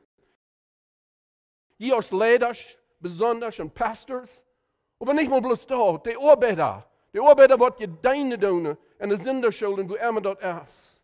Gott raubt, was er noch vielleicht in unserer Zeit nicht getan hat. En hij redt dat en hij möchte derde op, die derde zijn op, te zonen wat wel zijn, wieder te gaan. So ik zie vrouw voor die gelegenheid hier te zijn. Ik breng nog een groet van Anita. Mijn vrouw die kwam vorige met mij met. Ditmaal weer dat, wie wir zoveel wagen was de laatste jaar. Ik leef dat we vielleicht mal thuis, dat ze bij de grootchingen blijven. Ik leef ook grootchingen, je veel schijner, als we chingen optragen. Maar ik leef chingen. Ik wil je een beeld wijzen van chingen. Dit is een Waxel, Alberta. Wir werden da ein paar Weg, jetzt ein paar Weg zurück, wenn sie zurückkommen von da, wir hoffen die Kirche Zeit lang ut. Wenn sie wieder mit einem Pastor, da wir eine Spannung hier warst, wir wissen, wo unsere Dienste dort denkst du mal tun. Das soll nicht so passieren, aber das tät. Und dann muss wir mit arbeiten mit Gott. Aber Gott hat eine Erweckung dadurch, und das ist kleine Kirche, und ich glaube, ein großer Part von dort kommt, durch die kleine Dinge, was ihr auf das Bild sehen tun. Weißt du, Gott arbeitet, macht das alles, das sind Volk, was alle ermögt hat in sein Bildnis. Und die Kinder, die sehen das Bild, was da boven ist, das andere Bild, was ich habe, Jesus mit den Kindern, er tragt die fair. Er kommt nur mir. Er sagt, das Himmelreich ist für Kinder. Ich meine nicht, dass wir kindlich bleiben tun, aber das meint so viel, dass er uns Hand rufen hat, dass wir an ganz vertrauen können. Hier sagt Anita an der rechten Kant, mit lichter Haar, die sagt da in der Kindergeschichte. En wie deden dat alles in de Samariërs? De lotte onweer nog veel meer ging al, wenn ze verleiden. Op een Samariërs, dan deed wie ik en niet door een kinder denken. En dan vroeg eind, de geschichte weer van, wo ze zich opvieren den thuis. Dan vroeg niet eind, nou zei, doe je nog mal met je broer of zuster nog mal zanken? Ja, wie deden nog meer. En verschiedenste vragen.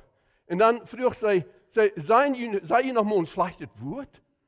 En die gingen, no, maar de een kleine jongen, die zei, ik word in mij tekenen. Die stond op, met henghoog op, zei ik doe niet op mijn papa dat. De papa zou den kleinen engste wieder hängen. Die gingen arbeiten, die sind ganz treu, die wissen, wo sie sind. Und den Einfluss, was wir als Eltern haben, das fängt da an, als es John al sein deed. In Matthäus, den 5. Kapitel, den 13. und den 16. Vers, da jeft Jesus die Bergpredigt, da jeft er uns fair, wo wir uns sollen, was für eine Einstellung wir sollen haben, wenn wir wollen einen Einfluss sein in der Welt, wo wir sind. Kraken, das in Mexiko ist, oder Bolivien, oder in Kanada, wo immer dort ist. Wir sind in sein Bildnis gemacht. Denkt mal an, er erschafft rein alles in dieser Astel. Aber schließlich möchte er einen Mann und dann möchte er eine Frau und die werden an sein Bildnis gemacht. Das andere ist auch alle gut. Aber ich sehe, dass wir alle gut, aber bei dort gemacht haben, dann wird alles sehr gut. Dort wird Gott sein gefallen. Er möchte uns, dass wir am Licht tun. Wir sind nicht Gott, aber wir liegen arm, wenn wir am nur folgen daunen. Und so also in uns Text, was ich noch lese, wo da sagte, ihr seid das Salz von der Erde. Ihr seid das Licht von der Welt. Dort habt ihr uns gemerkt. Durch wen habt ihr uns gerat? Habt uns nicht in Adam und Eva uns nicht durch in uns Sünde und durch Verstecken im Bosch raubt. Und sagt, kommt nur mir.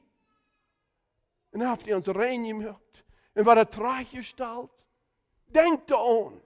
Gott sein Bildnis, wir alle verdorben. Und ich stelle das, was reicht. Wenn er ist Gott. Er allein kann es tun. Wir haben viele, was sich Christus nennen von dir. Die sagen, sie sind Christus, aber Einfluss ist nicht ein positives Ding. Wie weit denkst du mal, ist das wirklich, hat Jesus wirklich angenommen? Wie wisst nicht mit Salz und nicht Licht, dass er in Christus voll ist. Also, ans Text.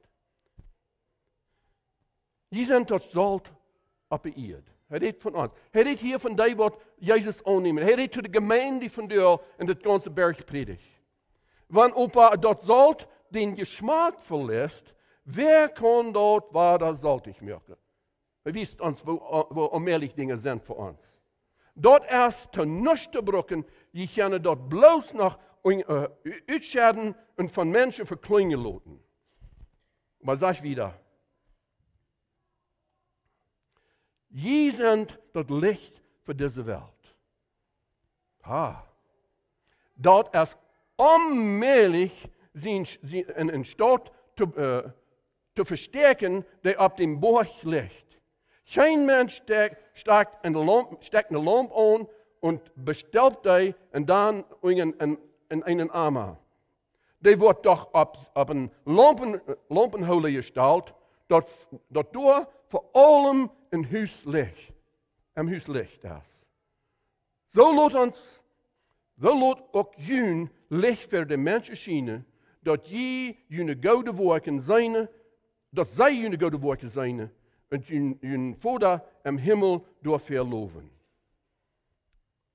Das sind Jesus seine Wert zu den Jüngern und den Umständen, wo er predigen deed, zu uns von dir. Sie sind das Salz auf der Erde.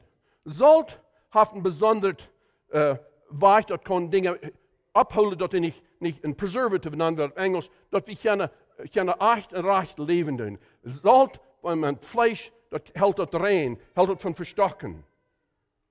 Wenn wir wirklich ein Nachfolger Jesus sind, dann wird uns Leben in der Welt dort und durch dem bringen, was verdorben ist, was frisch zu merken. Dort bringt jen das Beise in der Welt, steht dort jen an. Und wenn dort nicht so steht, dann ist es durch zu brücken. Christus sagt, was dort tun wir mit so einem Salz? Er sagt, wo dort Salz den Geschmack verlässt, wer kann dort weiter salzig merken? Dort ist nichts zu brücken. Wenn wir nicht wirklich Salz im Leben sind, dann sagt er, dann kann ich die nicht brücken in mein Heiligtum. Er will Arbeiter haben, verschiedenste Städte, das Evangelium rauszudrehen, auszulehren, dass er dort auch nicht gerne. Aber sagt er, wenn die nicht selbst Salz sind, wenn das Sinn in uns Leben ist, das nimmt die Kraft von das Salz raus. So ein Salz, was hier schon mal gebrückt wird, wie so ein Salz. Wenn das so ein Salz wie was viele verschiedenste andere Chemicals dabei hat, das wird zu nichts zu brücken, muss ausgeschert. Sinn bringt uns eine Vernehmen für Jesus, möchte uns, dass wir ganz neutral sind, wie zu nichts zu brücken sind in Jesus, in seinem Reichtum.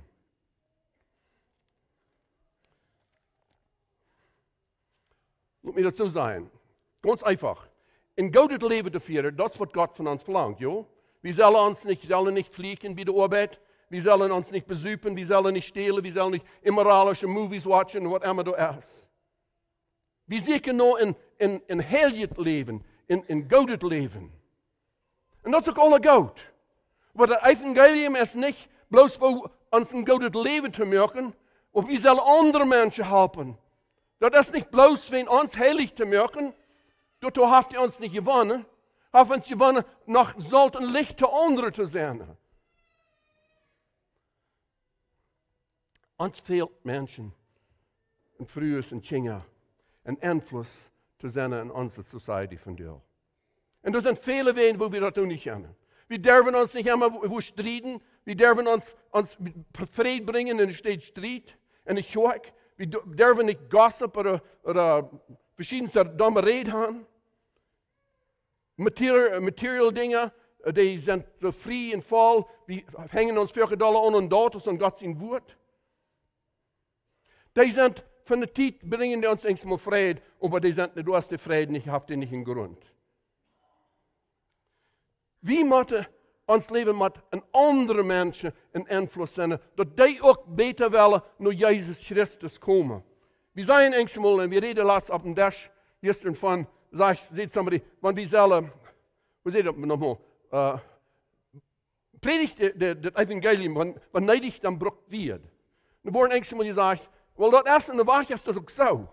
Maar ik geloof niet dat het de volle arbeid is. Wenn dat taudig wordt, dan worden woorden ons ook raden. En de schrift is ganz klar, woorden worden ons niet raden. We moeten wir haben, dat evangelium rüt te dragen. Deswegen ist es so wichtig, vielleicht viele von uns haben nicht die Lehre gehört, was unsere jungen Menschen von dir kennen und haben. Das ist ein Zentrum. Wir müssen das utnutzen, die Zeit.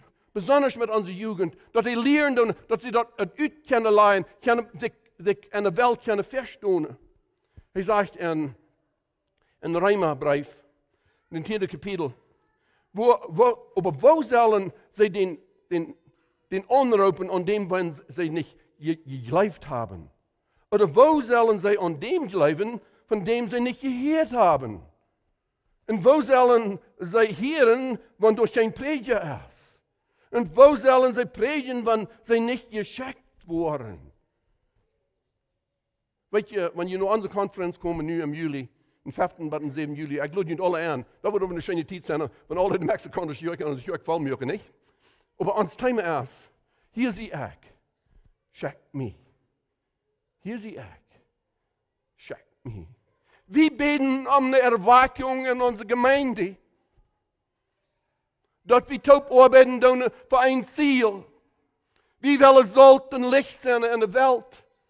Und das fehlt so neidig, dass wir uns weiter frisch abnehmen können. Und seine aber wichtig die Zeit erst von dir, in was wir leben. Wir müssen uns sichern, die Städte, wo wir unsere Menschen können handschicken, das Evangelium zu verkündigen. Wenn wir das nicht tun, dann ist das Salz, was wir geeint sind, hat das keinen Nutz. Je sind das Salz op de Erde. Was ist jullie Einfluss in jullie Gemeinschaft, in jullie Städte, wo je sind? Vielleicht arbeitet ihr mit Kindern. Was ich hier von der Morgens hier, wo mit der Jugend und Kindern gearbeitet wird. Und wir sagen, du hast noch eine Not. Wir als Eltern und Grooteltern können einen großen Einfluss haben. Ich würde einmal gleich den ganzen Tag nehmen, bloß für den Thema. Für die von uns, was alle sind. Wir haben einen großen Einfluss. Und die Kinder und Jugend, die fehlt das so neidig in dieser Zeit. Aber wir uns Einfluss muss auf einen rechten Weg sein. Wirst du einer sein, was wirklich einen Einfluss haben? Was will ab jenen dort Weise, dort abhören, dort alle verfühlen, nur sollten hinterstrehen? Da muss je dich bekommen, die, was dort fehlt. Die kommen hier nicht auf uns Konferenz an. Wenn es nicht der Meiste würde, sich dort nicht wehren. Sollt mit Rüt gedrückt. Nur die, was dort fehlt. Sollt mit auf den Däschen abgesagt, wenn wir da brücken wollen. Und wir scheren das auf uns Eten ab. Mein Schwiegervater, wir celebraten diese Werk. Wir sind am Montag, sein 99. Geburtstag. Das ganz scharf und klar. Der Mann hat mir den geradste Einfluss in mein christliches Leben von meinem Schwiegervater. Wo der gelebt hat. Er ist nicht abgewaschen, dass er Evangelium erklärt. Von der und sind meist 100 Jahre alt. Nu sagt er, Gott hat mir lieb. Nu sagt er, ich habe die lieb. Das hat er nicht gelehrt. Gott merkt keinen Unterschied, wie alt oder wie jung wir sind. Er braucht uns als einen Einfluss. Seien du am Altenheim. Er ist immer so positiv. Wenn du an Arbeiter im Altenheim in Kempten, die so verdrisslich ist, dann schickst du es nur um Mr. Ham. Wenn sie dort gekommen sind, dann sind sie immer schaftig. Er hat einen Einfluss. Er sagt, ich fühle mich noch gar nicht alt. Mir das Leben noch immer schein. Sie, wenn wir frisch bleiben, dann werden andere frisch. Das ist Salz. Er leert mich mal in Staatsbengel und Stadt abgewaschen. Und wir kommen dann noch, wenn wir uns befreit haben, musste ich ein Schwein schlachten. So wie mir alle fremd. Aber das Schinkenfleisch Fleisch, das schmeckt nicht so schein. Und dann weiß ich mir, wo ein Schinken muss angesalt werden. Das muss am Knöchel da nehmen, dann weiß ich mir das. Ich habe das Leute getan. Ein Einfluss. Wirklich mit Salz.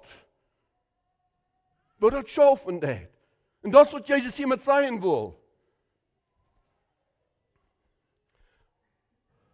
Wir können Menschen nicht einen Einfluss sein, weil wir nicht manchen sind. Wir können nicht einen Einfluss sein in Campeche oder dort in Bolivien oder Argentinien, wenn wir nicht da sind. Oh, wir können das über das Radio, über das Strahlen, und das halbt. Aber Gott hat von der Armee gesagt, ich schicke jünd. Er hat nicht gesagt, ich will ihnen einmal Technology geben, dass sie das alle ausnutzen können. Die Dinge sind gut. Aber das fehlt dort ein Mensch, der sich ein Leben haben und bewiesen und das Salz auszuteilen manchmal.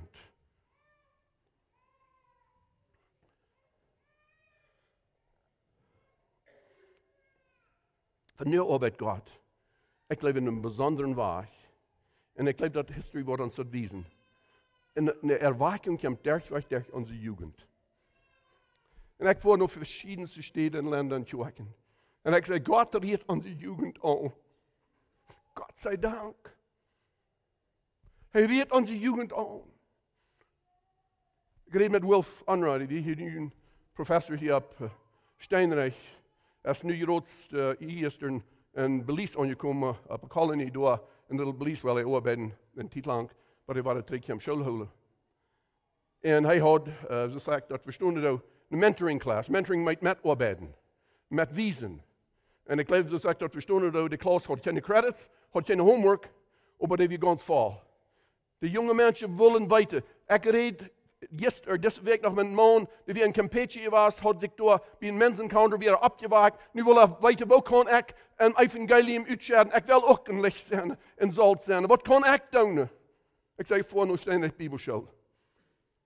Laat hem al een grond brengen. Dat is een erwijking.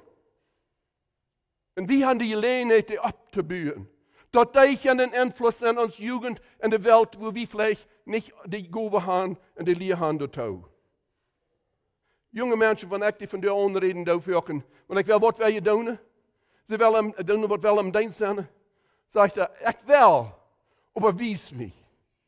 Ik wil, overwijs me. Invloed. Die willen met de elder gaan, dat is biblisch. Vroeger, elder vroeger en jonge vroeger en zo verder. Die willen metgaan. Welke vrouwen die aan zijn vrouwen, die zijn niet rebellisch. Dat heet zich eigenlijk zo. Ze willen niet weten wat weet u.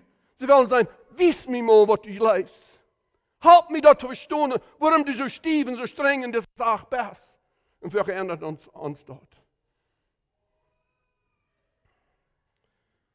Dat is een woord wat ik gebruik op Engels, wenigstens. Halfway Christians. Ze zijn wat half banen zijn. Ik doe alles met mij kan ik niet denken half doen. Ik zit dat immer zo. Weder ik zie door, of ik zie niet door. Maar halfway Christians, die zijn meestens immer im Stich. De invloed van de wereld, de invloed van de wereld heeft een grotere invloed in als zij aan de wereld hebben. Don't be a halfway Christian. Dat is wat Jezus hier met meint. Met zijn zout wat uitgeschert worden.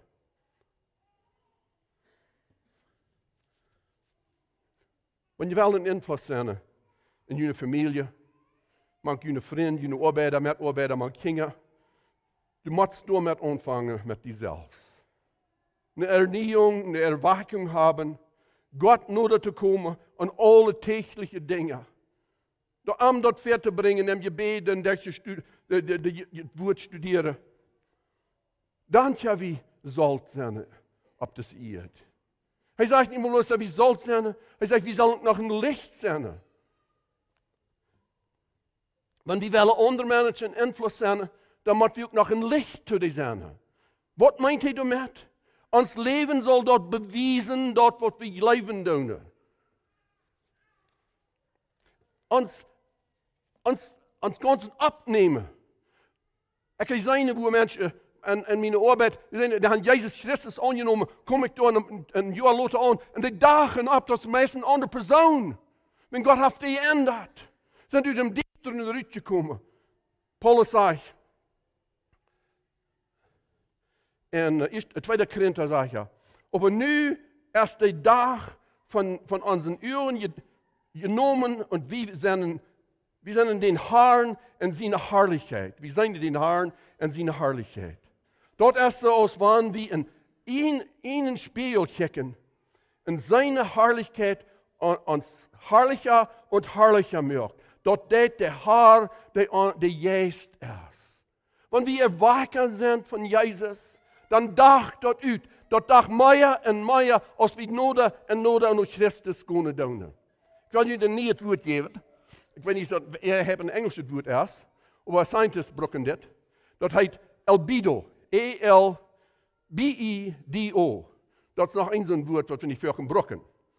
Maar wat dat woord meint, wat scientists doen met doen, wat studeren doen, die zeggen dat is meint, hoeveel licht, wanneer een licht wordt nagedacht wordt, hoeveel licht hem trekt. Ze gebruiken dat, wanneer we zijn de planets, de Venus, dat is de dagen wat we zijn im oosten, volgens Samarius, de Morningstar. En die zeggen ze, die heeft een albedo van 65. Dat meint 65% van het licht wat de zon dan schijnt, dat hem trekt. Ze zeggen de maan, en de albedo is wel 0.07, maar 7% van wat de zon aandacht komt hier terug nog. Op een dag, wanneer niet wolken zijn, de maan, de dag, de welt rammen ons op. Jezus wil gaan wie zullen meer van aan. Ons albedo is eenmaal zeer licht. Wir sollen streben nur 100%, zodat wanneer wir das Evangelium verklären doen, und wenn wir unsere Sinne schon aufholen doen, wenn wir mit unseren Kindern sind, oder wir in Campeche auf Arbeit sind, dann dacht das Licht dacher und dacher, dass sie uns nicht mehr sein doen. 100% Jesus. Das ist unser Ziel. Wenn wir Licht sind für Jesus Christus. Weet je, ik las Scottskaarts nu, dat die wat in hemels en die stiertjes studeren doen, dat we niet vele jaren terug dan zeiden ze hoeveel biljoenen stiertjes er weer. De scientists aan zich dat dan met de telescopen kunnen zich veel dingen uitfiguren. Nu weer een artikel dat ze hadden nu uitgevangen met de nieuwe telescopes, dat we nu 7 biljoen meer stiertjes als die gedacht hadden. De een scientist zei, nou, vielleicht is toch geen eng. Ik dacht, Mensch, dat heb ik al een Bibel lang gelezen. God is een infinite God. Aber mensen vingen uit hoe groot de wereld is. En dat wist immer waar wat voor een grote God we hebben. En die zal we afspelen in ons leven. Die grote God heeft ons leven gehad, heeft ons in zijn beeldnis gemaakt, dat we dat kunnen doen. Dat kan geen tier, geen hippopotamus, irgendwas groot, kan dat niet doen. Dat kan we doen. Wenn wir sind in zijn beeldnis gemaakt. Heeft ons geleefd en ons van onze Sünde uitgeslapt.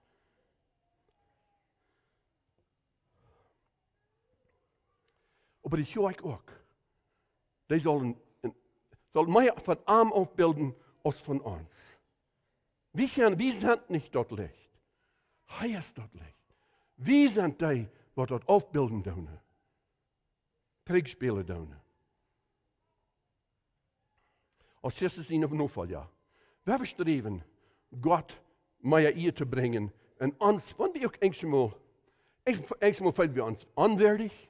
Oder we gaan in een zware tijd daar. Dus pastor David Peters van daar redt, van zijn zeugnis, van hoe hij met geld en dat alle de zware tijden. We gaan in tijden daar. Maar God deed dat om ons reiner maken, dat we dollar am afbeelden doen. Hij deed dat niet om ons strafen. Ik weet niet wat je daar gaan. Vielleicht een trouble je tijd. Vielleicht problems in je marriage, of in je kinderen, of met je grootkinderen, wat immer dat is. Dat is oké, we moeten onbeduurd te zijn. Maar dat is niet ons leven. Ons Leben als arm aufdachen. Wir müssen denken mehr an arm. Friends, it's not about you. It's nicht wegen Jünd, it's wegen Jesus Christus, dass wir hier sind von dir. Er sagt in Matthäus 5,13, kein Mensch steigt seine Lampe an und bestellt die und dann einen Armer. Die wird doch ab einen Lampenholer gestellt und dafür vor allem im Hauslicht ist. Jesus sagt ganz einfach, er sagt, ein Licht muss zu sein gehen. Wenn wir gewonnen sind für Jesus Christus, dann habt ihr ein Licht an uns angesteckt. Kraken, wo klein das ist. Das kleine ist ein Kind, sein Vertrauen an seine Mutter und Vater. Aber dann soll wir nicht feststellen, in uns Leben dort das Licht rausholen wird. In den selben Weg sagt er, ihr seid das Licht für diese Welt. Ihr seid nicht bloß das Licht, das Jesus Christus angenommen hat das Licht gebracht, aber ihr seid das Licht von dieser Welt. Und wir wollen andere Menschen Einfluss sehen. Das meint, dass uns Wandel wird mehr an Arm bewiesen, an die Kirchen wurde mehr an Jesus bewiesen, als an was für eine Gemeinde ist, wir sind abgewachsen, wir wollen in die Kirche wieder gehen und so weiter. Dann sind die Nebensachen, viele von den Dingen. Aber der Hauptpunkt sind da. Der Hauptpunkt von einem Glauben ist, Jesus Christus ist der Haupt. Der Heilige Geist lädt uns. Und wir haben ein Ziel, an Mission zu tun. Ganz einfach. Das ist das Ziel von der Gemeinde, auch in großen Port. Wenn wir wollen Menschen haben, die sollen das Licht sein, dann müssen wir unsere Dere opmerken, dass die Lichter können rausschienen. Wir leben in einer schwierigen Zeit in vielen Wegen. Wenn wir denken an, was an die Gelegenheiten, was unsere Jugend von dir hat, das, was wir haben, wenn wir jung werden, sind groß. Aber das ist auch so eine große Gefahr. Einmal als Eltern und Großeltern denken, wir wollen die das nochmal durchmachen. Ich will Ihnen sagen, gestern, so was wie ich da am Steinreich, Chispas, Tauharchen, ich kann meist nicht in gut Spanisch. Aber das Bild wird ganz klar. Das Bild wird so klar. Wer ist hier, was in Chispas arbeiten tut? Erst hier, wer, steht mal ab. Steht mal ab, wenn ihr hier seid. So, was in Chispas geschafft haben. Britannia, right? She is the author. Sie hat das geschrieben. Wer ist hier noch? Wer ist das da? Wer ist hier noch? Ich kann nicht. Emma Hans. Let's give them a hand. Das ist eine große Arbeit.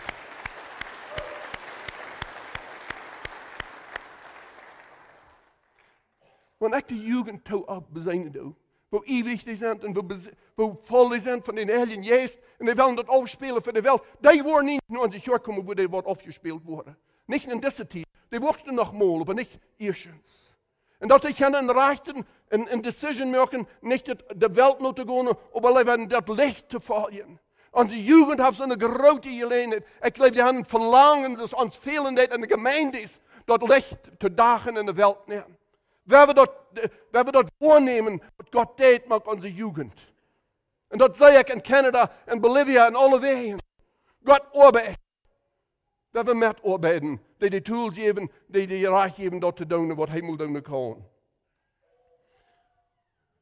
Jugend wordt recht leiden deed.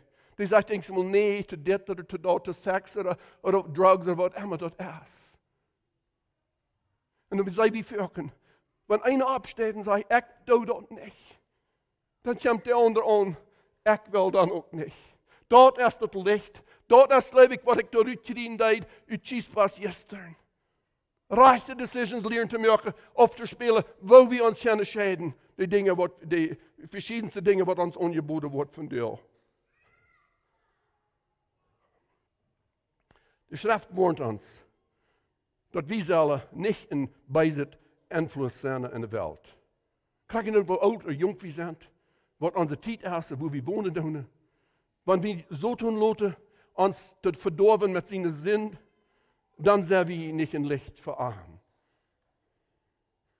Flipper sagt so. Das habe ich vielleicht gelesen.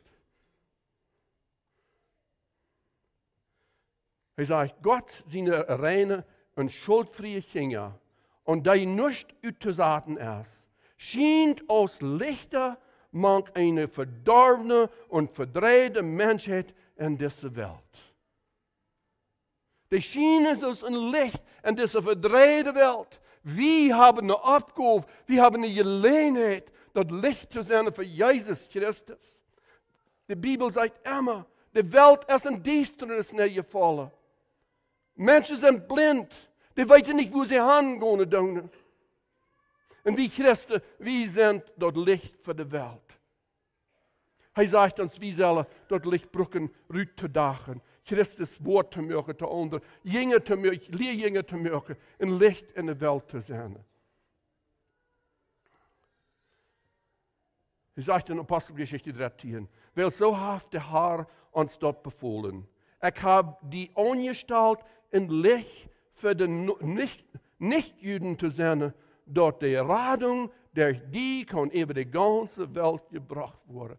Wo kräftig ist das Licht nicht? Dat de anderen kunnen zijn wat am duisternis zijn.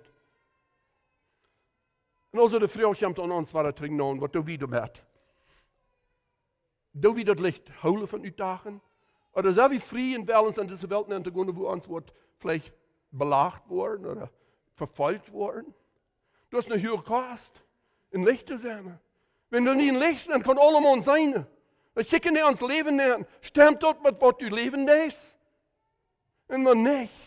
Dan beschwicht de Heilige Jezus ons, kom terug naar mij, ik wil je reinmaken. En ons albido wordt immer geraten. En immer geraten. Gott sei Dank. Wat deed hij in die leven?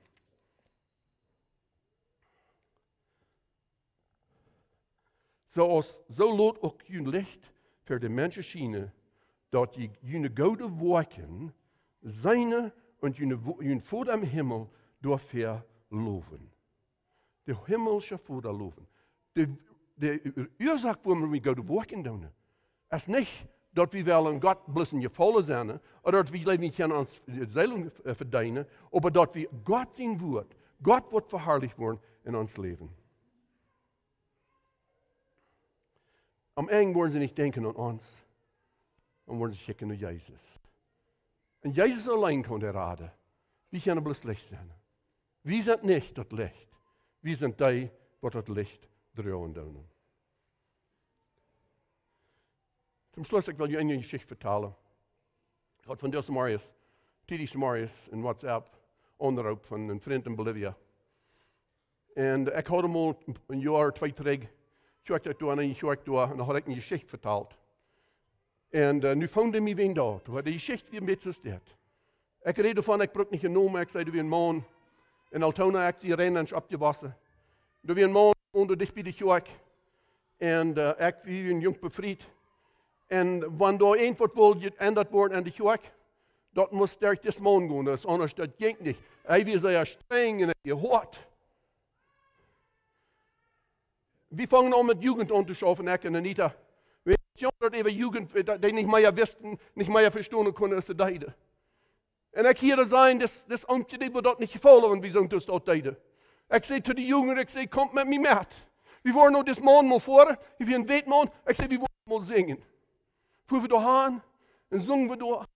En dit man, dan kon ik hem aanzien, de strengste weer. Dat reed hem aan, dat de jugend zo'n dit deden. We leden hem nog dat woord ver, rezen hem met ver. En hij wordt een vriend. Oh, hij wil naar hem, krijgt zo stief en streng is hij weinig. Of hij leidt ons emmer in zijn huis neer. Jaren later. Ik had een gemeenschap met hem, ik wil niet meer, ik wil een eigen zijn kerk binnen. Ik wil niet geheel spreken in de Altonische kerk.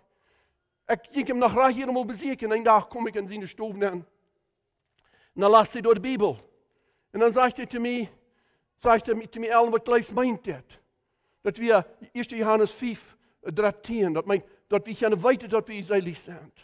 Zegt hij, wat leest u meint dit? Ik zei, ik las dat ver aan en ik zei, dat is oomtje die noemen, ik zei, ik geloof dat mijn kraak wat het door zegt. En deze man, die vangt aan te hielen.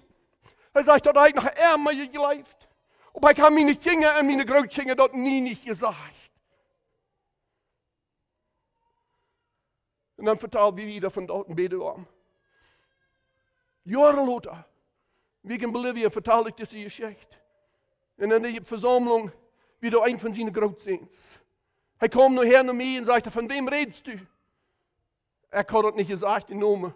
Ik wist dat hij door weer, door wen zei die nomen niet. Ik zei, dat weer die urgrootvader. Dat weer die urgrootvader. Zie, dat licht had hij niet uitgedacht. Aber nu 4 en 5 generations later in Bolivia. Dit man wird hem geloven gekomen. En zijn ganze familie wird hem geloven gekomen. En je gaat naar een van die. Ik reed deze week met Jacobo Wieb, zijn ouderen. Zei je hier vandaag? Ik leef jou van Bloemendaal. Jacobo, zij een goede vriend van ons. Kom er hier naar ons huis naar. Han die ook als een multitude aan baby's met haar kleine Jeremiah. En zijn vrouw als de urgrootkind. En de bruid aan die wat mij vandaag Marius vonden deed. En zij gaan uit een missie naar Bolivia.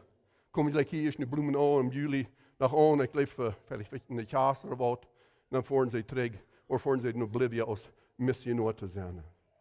God zijn licht daagt. Je weet niet wat je oud of jong bent, wat je van deur doen en de erscheiding wat je maken. Dat is alle enkel wat hij erklären dat hij Jezus gaan, dat zijn lezer, heeft nu vrucht gedraagd in Bolivien. God is aan de arbeid. Zijn licht gaat niet uit te maken. Lieve vrienden, zijn we bereid om dat licht ontdekken, dagen te maken en ons in het leven? Zijn we bereid om de anderen dat uit te checken en te leren, zodat die gaan eruit komen? We zijn in een tijd, op Engels zeggen we urgent times. We zijn in een wichtige tijd. Want we die niet waarnemen doen. De deuren gaan open zonder, ik denk nu aan onze Duitse mensen. De deuren gaan open, dat ze nog niet hebben. We hebben 250, 300.000 Plottische Mennonieten, wat meest alle niet het evangelium hebben. Mijn broeder zegt in Bolivia, waar hij veel director is, mijn broeder Bill, hij zegt, in Bolivia, de Duitse population was maar 10% het jaar. En hij zegt, we rekenen van ongeveer 1%. We blijven hangen. Er zijn meer Jehovah's zeugenisse door in Bolivia als Duitse missionair een paar jaar terug wird. Zijn we bereid voor de deuren wat God opmaakt? Weet je, dat vangt met ons aan. Met ons is änderen. En met ons licht is ontvangt de dagen. Dat dag maakt je niet gingen. En jullie groot gingen. En God bracht dat nog jaren later. Om bewijzen dat hij de Almachtige is. Hij heeft gekomen met Jezus Christus ons te raden. Dat we niet meer bloos dat licht gaan zijn niet gaan. Maar dat we dat licht en het zout en de wereld zijn. We hebben het ook bidden. Voor de hemel. Ik dank u. Ik dank u voor die eenheid. Hier te zijn en deze gemeenschap ook te hebben. Ik dank u voor dat u arbeidend is. Die arbeid nog niet lang niet voor u is. Maar ik dank u voor de erwaking wat u maakt ons hier deze week in. Brok ons voor we geven ons aan. Hier zie ik voor check me. Ik bid in Jezus' naam. Amen. Mir fällt bloß bij, ik had die Geschichte niet voor u gemerkt. Dus man wat mij van de onderopen deed, zei ik wil die nummer geven. Nu mijn Schwester, die wil nog kennen daarvoor spazieren. Die leven dat niet. Dat uw grootvader wirklich Jezus heeft aangenomen. Die willen dat van die hier.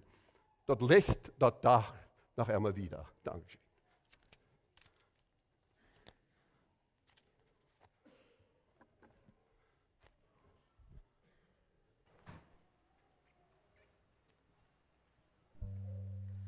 Dankeschön.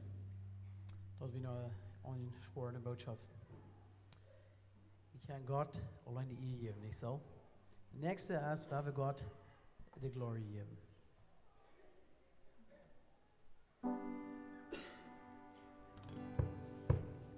Cuán hermoso. Can afterward close. Eres Jesús, son tus palabras, es tu amor, cuán glorioso, eres Jesús, es tu poder. Fue tu cruz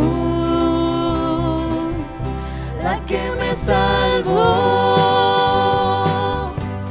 y me rescató.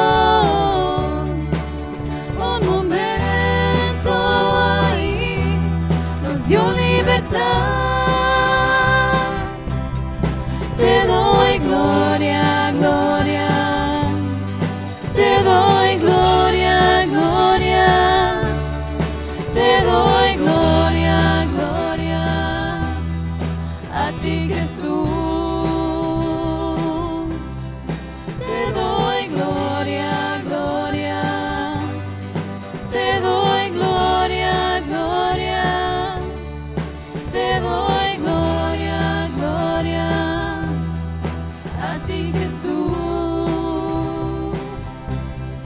cuán hermoso eres Jesús, son tus palabras, es tu amor, cuán glorioso eres Jesús, es tu poder, fue tu cruz la que me salvó y me rescató. Un momento ahí nos dio libertad. Te doy gloria, gloria. Te doy gloria, gloria. Te doy gloria, gloria. A ti Jesús. Te doy gloria, gloria. Te doy gloria, gloria. Te doy gloria, gloria. A ti Jesús. Con una corona de espinos te hiciste rey por siempre. Con una corona de espinos te hiciste rey por siempre. Con una corona de espinos te hiciste rey por siempre. Con una corona de espinos te hiciste rey por siempre. Te doy gloria, gloria. Te doy gloria, gloria. Te doy gloria, gloria. A ti Jesús. Te doy gloria, gloria. Te doy gloria, gloria. Te doy gloria, gloria. A ti Jesús.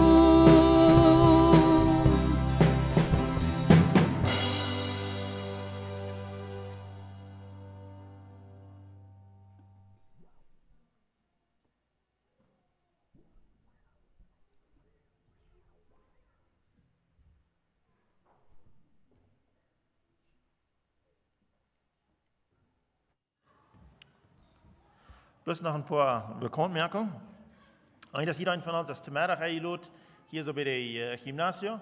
So, bevor ich sage, ich habe Glück zu sagen, und mehr jeder einer von Horten dort einlädt. Ich kann mich sehr bedanken an Botschaft, wenn Sie von der Adelswerken waren, Sie sind ein incredible host, du hast, war das einfach, Dankeschön.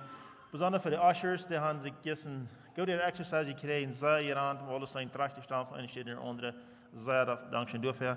En Rikke had dus weer een soundbooth met alle nondagen en een sound. Gisteren van der was een aanstrenging was. Gisteren weer in verschillende stoven tegelijk. En alle dingen die had zich zeer angestrengt. Om de dingen aanpassen voor onze nodigheden. Veel dankzij. Alle hebben eten je gemerkt aan van gisteren van der. Daar in de kerk en eindrechtig geschaft. Dankzij. Gisteren alle wat met de kinderen geschaffen hebben gisteren. Wondervolle arbeid gedaan. Door met zeer veel dankzij. Doorver. Al onze redenen wat gekomen zijn van weit en breed. Zeer veel dankzij. Voor komen ons gezien.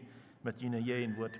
Op een paar groeit, en de linker ziet, zie je zijn een paar stands, kan je bezien, eines van Cheesepass, eines van ons van Realisado, eines van Semta van Paraguay. Houd er aan, kan je meer leren van de verschillende instituties. Zij van dankzijn, dafür mag Gott met jullie zijn en ons houden, een Einfluss te zijn. Allen wat ons nog zien, aber verloren. Een schöne Spruch uit 1. Timotheus, Kapitel 5. Gott, der Selja und einziger Gewoltja, der König über alle Königs und der Herr über alle Herren bestimmen. Hij ist der einzige Unstoffliche, der in den Licht wohnt, wo keiner ankommen kann, dem kein Mensch gesehen hat und nicht sein kann. geht alle die Ehr und ewige Macht. Amen. Amen. Gott und Friede. Nou, ik denk, alle wat een meeting gaan, nu middag klok 1, goed, we volgen het eerste eten, moet je wat terug bent zijn klok 1. Alle wat bij de CMM, bij de CMM meetings, bij zijn nu middag, goed het eerste eten. Dankjewel.